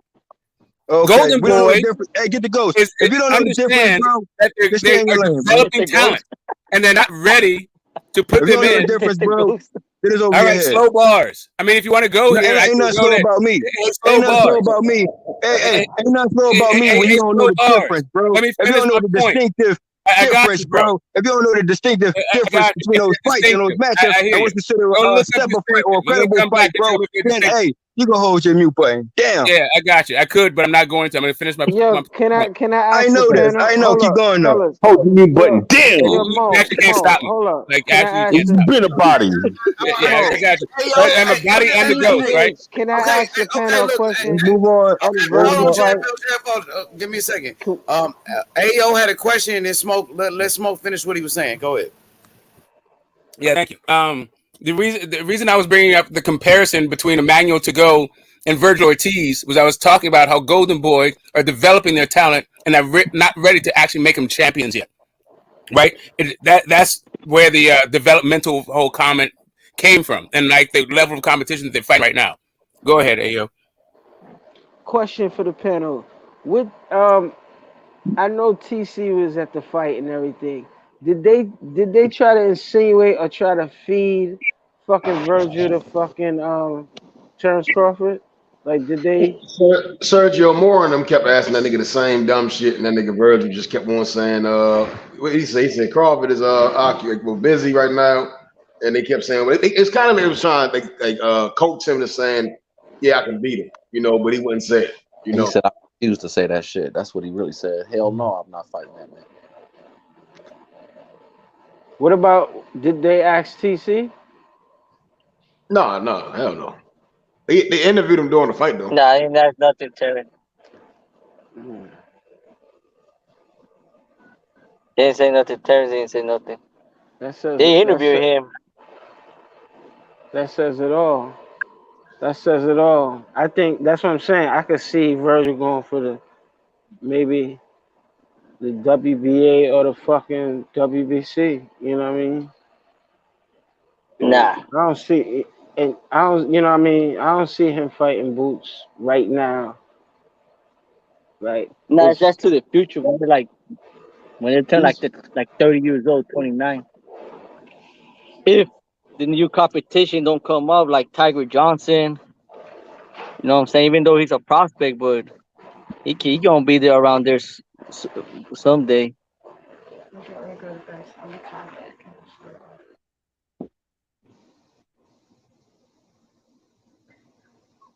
Man, who else in the fucking welterweight division? Nobody that matters. I know. We're not gonna bring up David Ave. We're not gonna bring up Ave though. Not at all. Or not Lopez. Yeah. Not at all. Okay. Lopez. Yeah, you're right there. You can see the 154 pounders. Like, what's his name for what's that tall ass fool name who beat Lubin? Fortuna? No. Sebastian Fundora. Fundora. Yeah, Sebastian Fundora. Man, they're gonna be talented, bro. For all these kids, they're gonna fight each other, bro, sooner or later. I can see Boots going to 168. Virgil, I can only see him going to 160. That's it. Yeah, Virgil was good yesterday. Marky Dan, you was very critical of Virgil Ortiz Jr., bro. A day after the fight, how do you feel now about it? New text message from Michael. I think you know what I'm saying. Sorry, that's my Bluetooth. Yeah, I think maybe Yeah, I think Virgil, like, he had a solid performance. It wasn't like he was losing a heap of rounds. But you gave McKinson about 3 rounds yesterday, bro. Yeah, but that's like, 3 rounds out of like 8. You know Yeah, what I'm so saying? you gave So, him 3 I rounds don't. for McKinson, and at one point you felt like McKinson was making Virgil Ortiz look bad. Now, so you have Virgil Yeah, Ortiz winning the fight 5 rounds to 3 if it was 8 rounds.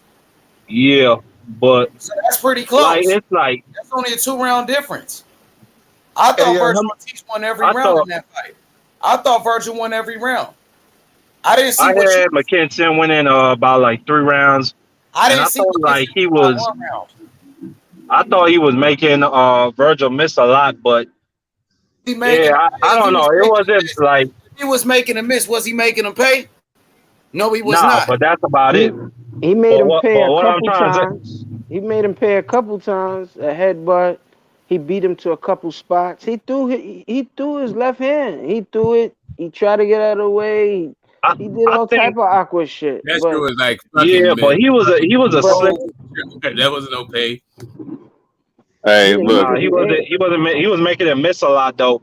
I think yeah. Oh, that he definitely it was was. just it was like it was a slightly underwhelming performance, but you know what I'm saying, he got the knockout, so it's like I don't know, like I was expecting him to beat the fuck out of McKinson from round like and stop him maybe like in the first 5 rounds, but like I'm not gonna like really like bitch about it or nothing like that. You know what I'm saying? Virgil, like, you know, he did what he was supposed to do. He knocked the nigga out.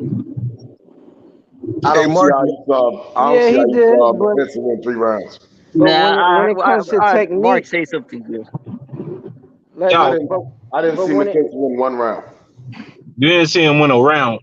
Not I at saw all. him win 2. He won 2. Me He didn't neither. win 2. Man, stop the shit. Between the Nah, first I he 5 thought ain't the won. nigga rounds, won 3. Man, he ain't won shit.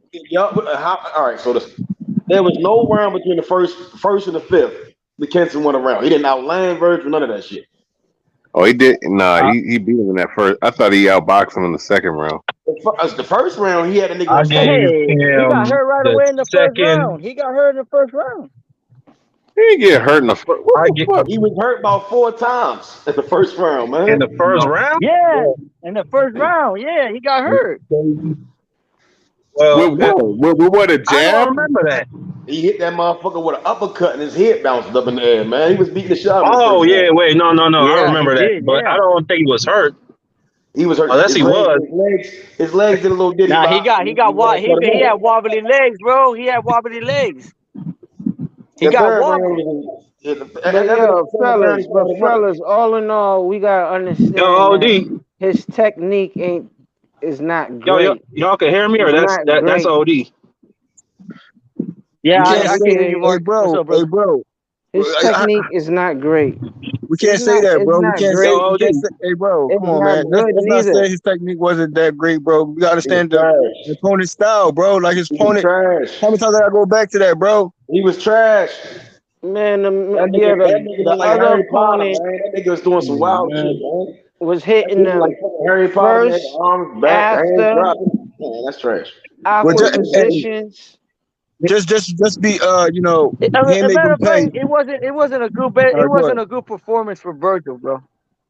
We understand how Virgil Ortiz performed, bro. We gotta understand his opponent that he came in with that approach, bro. Nah, but when he fought with Me Machine, bro, he did good right We there. know, With Me but Machine, he looked Me he Machine looked is more good but right he there. got composure. Hey, bro, hurt in that fight Me though, OD. Machine, So Me I mean, Machine can is you more say he did composure good? though, bro. So It was a great we can't fight. compare. Yeah, We can't he compare got those hurt, two. but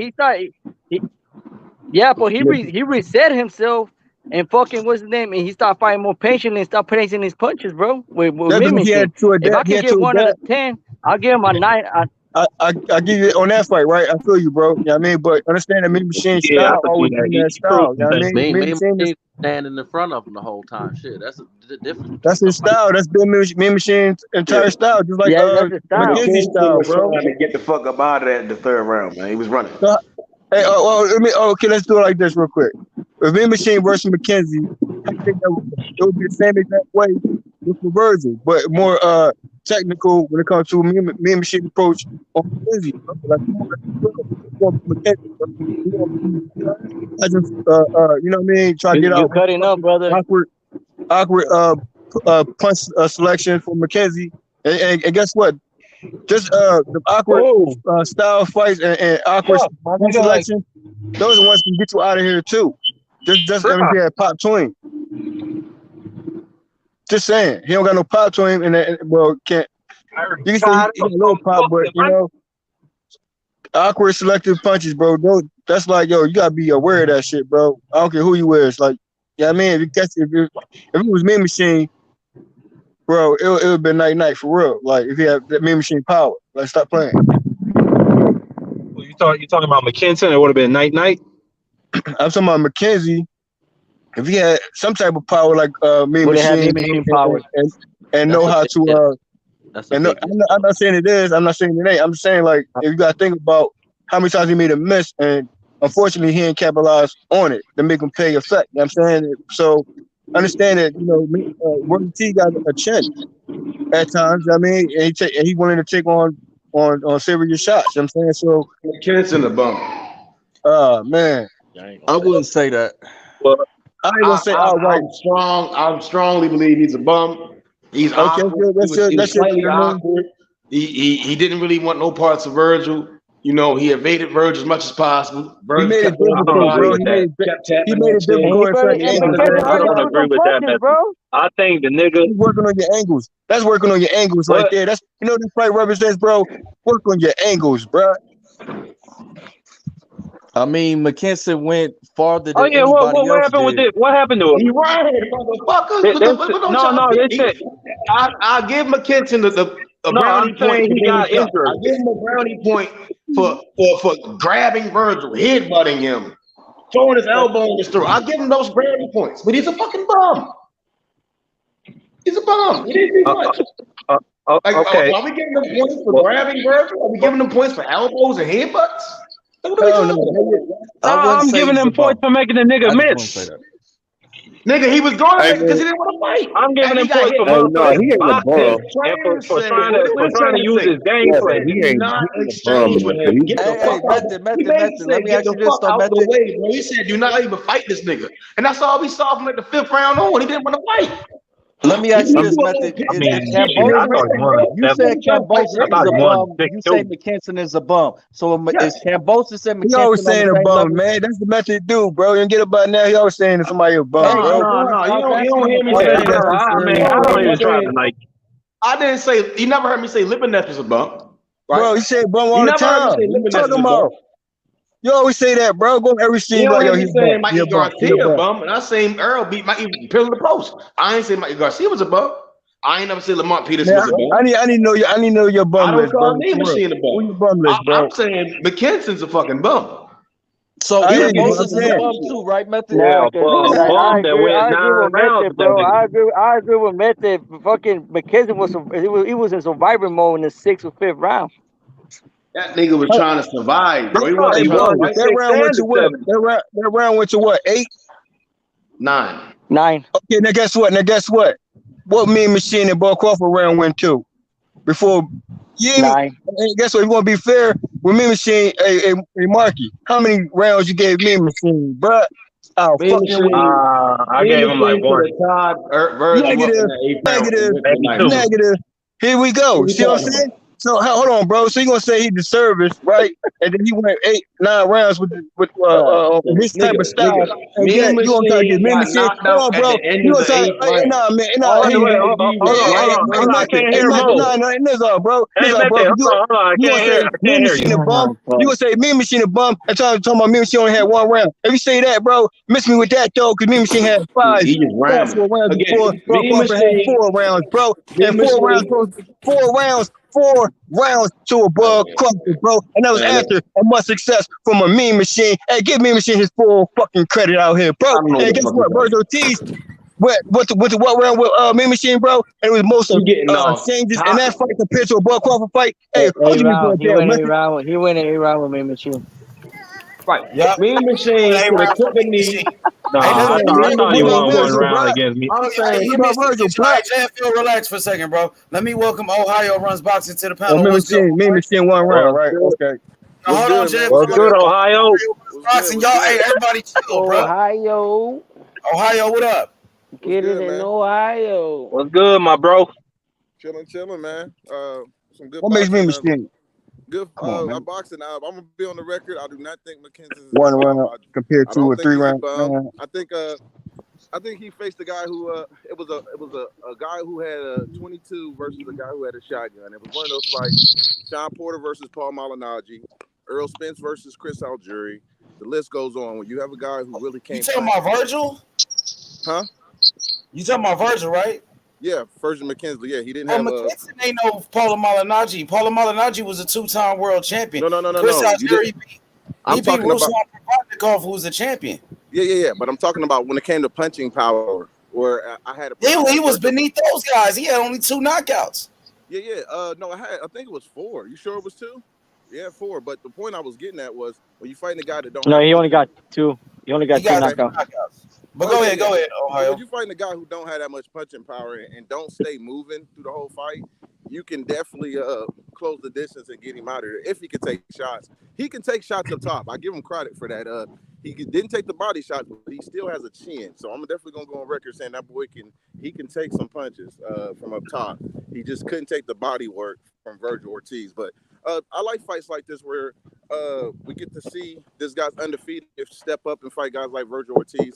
I think I would like to still see him fight other fights, but you gotta get some type of strength, man, where you gotta keep these guys up off you, man, if you ain't moving as much. So I think that's what it comes down to.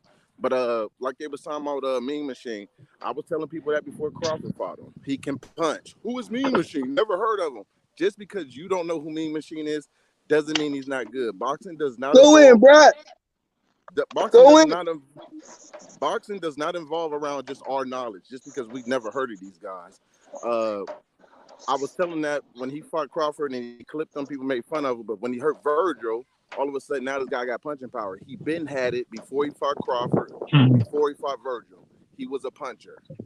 So when it comes to those type of things, people just got to be more educated when some of these boxers. But I think Virgil is definitely more offensive than defensive. He gotta work on that. But if you want to fight him now, you better step on the gas because he's definitely vulnerable. But you better get him now because once he starts to get better at the defensive side, it's gonna be hard to beat Virgil. I like it. Yeah, me too. Yeah, even though I think McKinson is beneath Virgil Ortiz. So me personally, I was just underwhelmed by the fact that it got to the 9th round.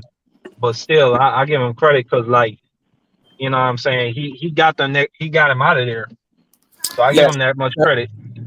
So I think there's like some a lot of grading on a curve that's happening here. Like if I thought of the top 5 or top 10 punchers in the welterweight division, I wouldn't be thinking Green Machine. I wouldn't even think at all. It wouldn't come up. But even beyond that, you said the top 5 or the top 5 or the top 10 punches? Yeah, I don't even think it's top 10. I don't even think I would think of him. What? Man, come on now. Stop it. Why would I? Who? Virgil's not a top 10 power puncher? No, he said Green. He said Mean Machine. Oh, okay. I said Green Machine. You know, this idea, like he's a puncher. Like, I don't like. I mean, I like the development. I like what he's doing, but the level of competition, I don't. It seems to me like what screams is that his handlers don't think he's ready for the top guy. Who? Ohio. Hey, bro. Yeah, Virgil's handlers. Virgil's handlers don't think he's ready for the top guys because of the guys they're putting him in there with. Like, Green Machine is cool. Don't get me wrong. He's he had a nice run up in the blood fight. And Hey, Smoke, you cutting in and out. I don't know if it's your mic or it's your connection, but you cutting in and out. I got a question for the panel, but also to Ohio, real quick, since you see that part of the fight. But here's the thing, right? Let me ask you a question real quick. Other than defense, defensively sound situation with a Mean Machine, right? Now, how you would think Blair Cobbs do with Virgil Ortiz, minus but let's not take the defensive sound. Get knocked out. Blair Cobbs. How about come forward Cobbs versus Virgil Ortiz? How you see that fight going, bro? Get knocked out in 4 rounds. Hold on, bro. I'm throwing Ohio real quick, bro. Before the panel, y'all just go ask this direct question. That's all. To be honest, I definitely don't like that matchup with Blair and Virgil. I'm more impressed with him beating a former world champion than him being. I feel you, bro. But answer that question though. I just want to know specifically on that fight. I'm not saying your preference or what you prefer right now, specific fights. I'm talking about that fight with Oh yeah, but I got Square. you. I was trying to line it up. I mean, that it's pointless. I just want you to answer that though, real quick. I just want to know your point of view. Mo, you already know the fucking answer, I my don't know the answer, bro. That's why I asked him, bro. JFL, stop asking dumb shit, JFL. Bro, it ain't dumb shit, bro. Listen, I took bro, he made the question, bro. You really think somebody gonna say Blair Cobbs go beat Virgil Ortiz? Rocha did to Blair Cobbs. Wait up. If Alexis Rocha did to Blair Cobbs, imagine fucking Virgil was gonna do to Blair Cobbs. Yes. He's hold on, real quick though. Hold on. Let me answer it. Hold on, real quick though. You say that, right? But guess what? Wasn't Rocha coming forward and Blair Cobbs on the back foot? And my question was to him, minus the defensive sound aspect of a Blair Cobbs, I'm talking about a come forward type of Cobbs versus a Virgil Ortiz. I'm asking him, bro, do you know you get what I'm saying? He get knocked the fuck out quicker, my nigga. That's even worse for Blair Cobbs. Oh, you saying it's quick? Oh, you saying it's worse than quick? Oh, can you answer, bro? Listen, I'm answering it quickly. It's more Mo versus if he's coming forward against a Virgil Ortiz, whatever type of angle he gets destroyed in that fight, man. That's almost a Jake Paul versus any type of cruiserweight in the top. Hold on, hey, Ohio. Okay, hold on, wait. You said that, right? You said that now, right? Now here you go. Now here's Ohio, real quick, panel. Come on. Now listen, I understand y'all got your talking points when it comes to Blair Cobbs, but here's the thing: Blair Cobbs, like it or not, he got underrated type of situation of a power. You know what I mean? Now, whether he come forward, hold on, bro. Let me get it out, bro. And then you talk after, bro. Yeah, you keep saying that. Hey, bro, don't make me turn up again on you, bro. Chill. Hey, method, bro. Here we go.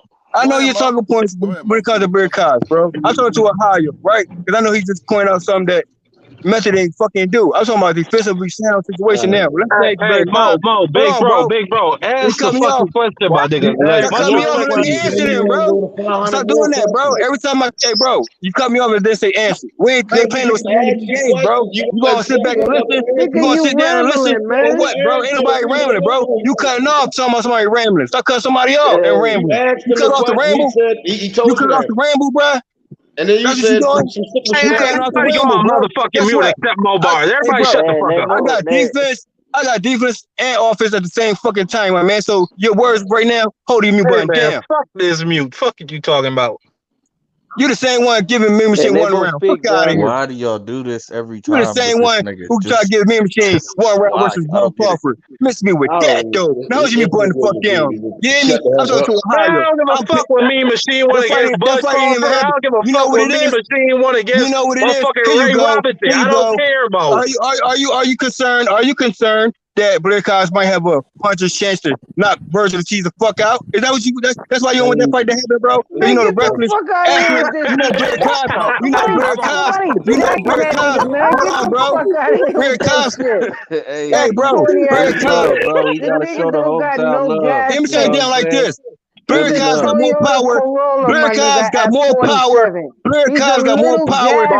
Don't do this, man. Don't do this.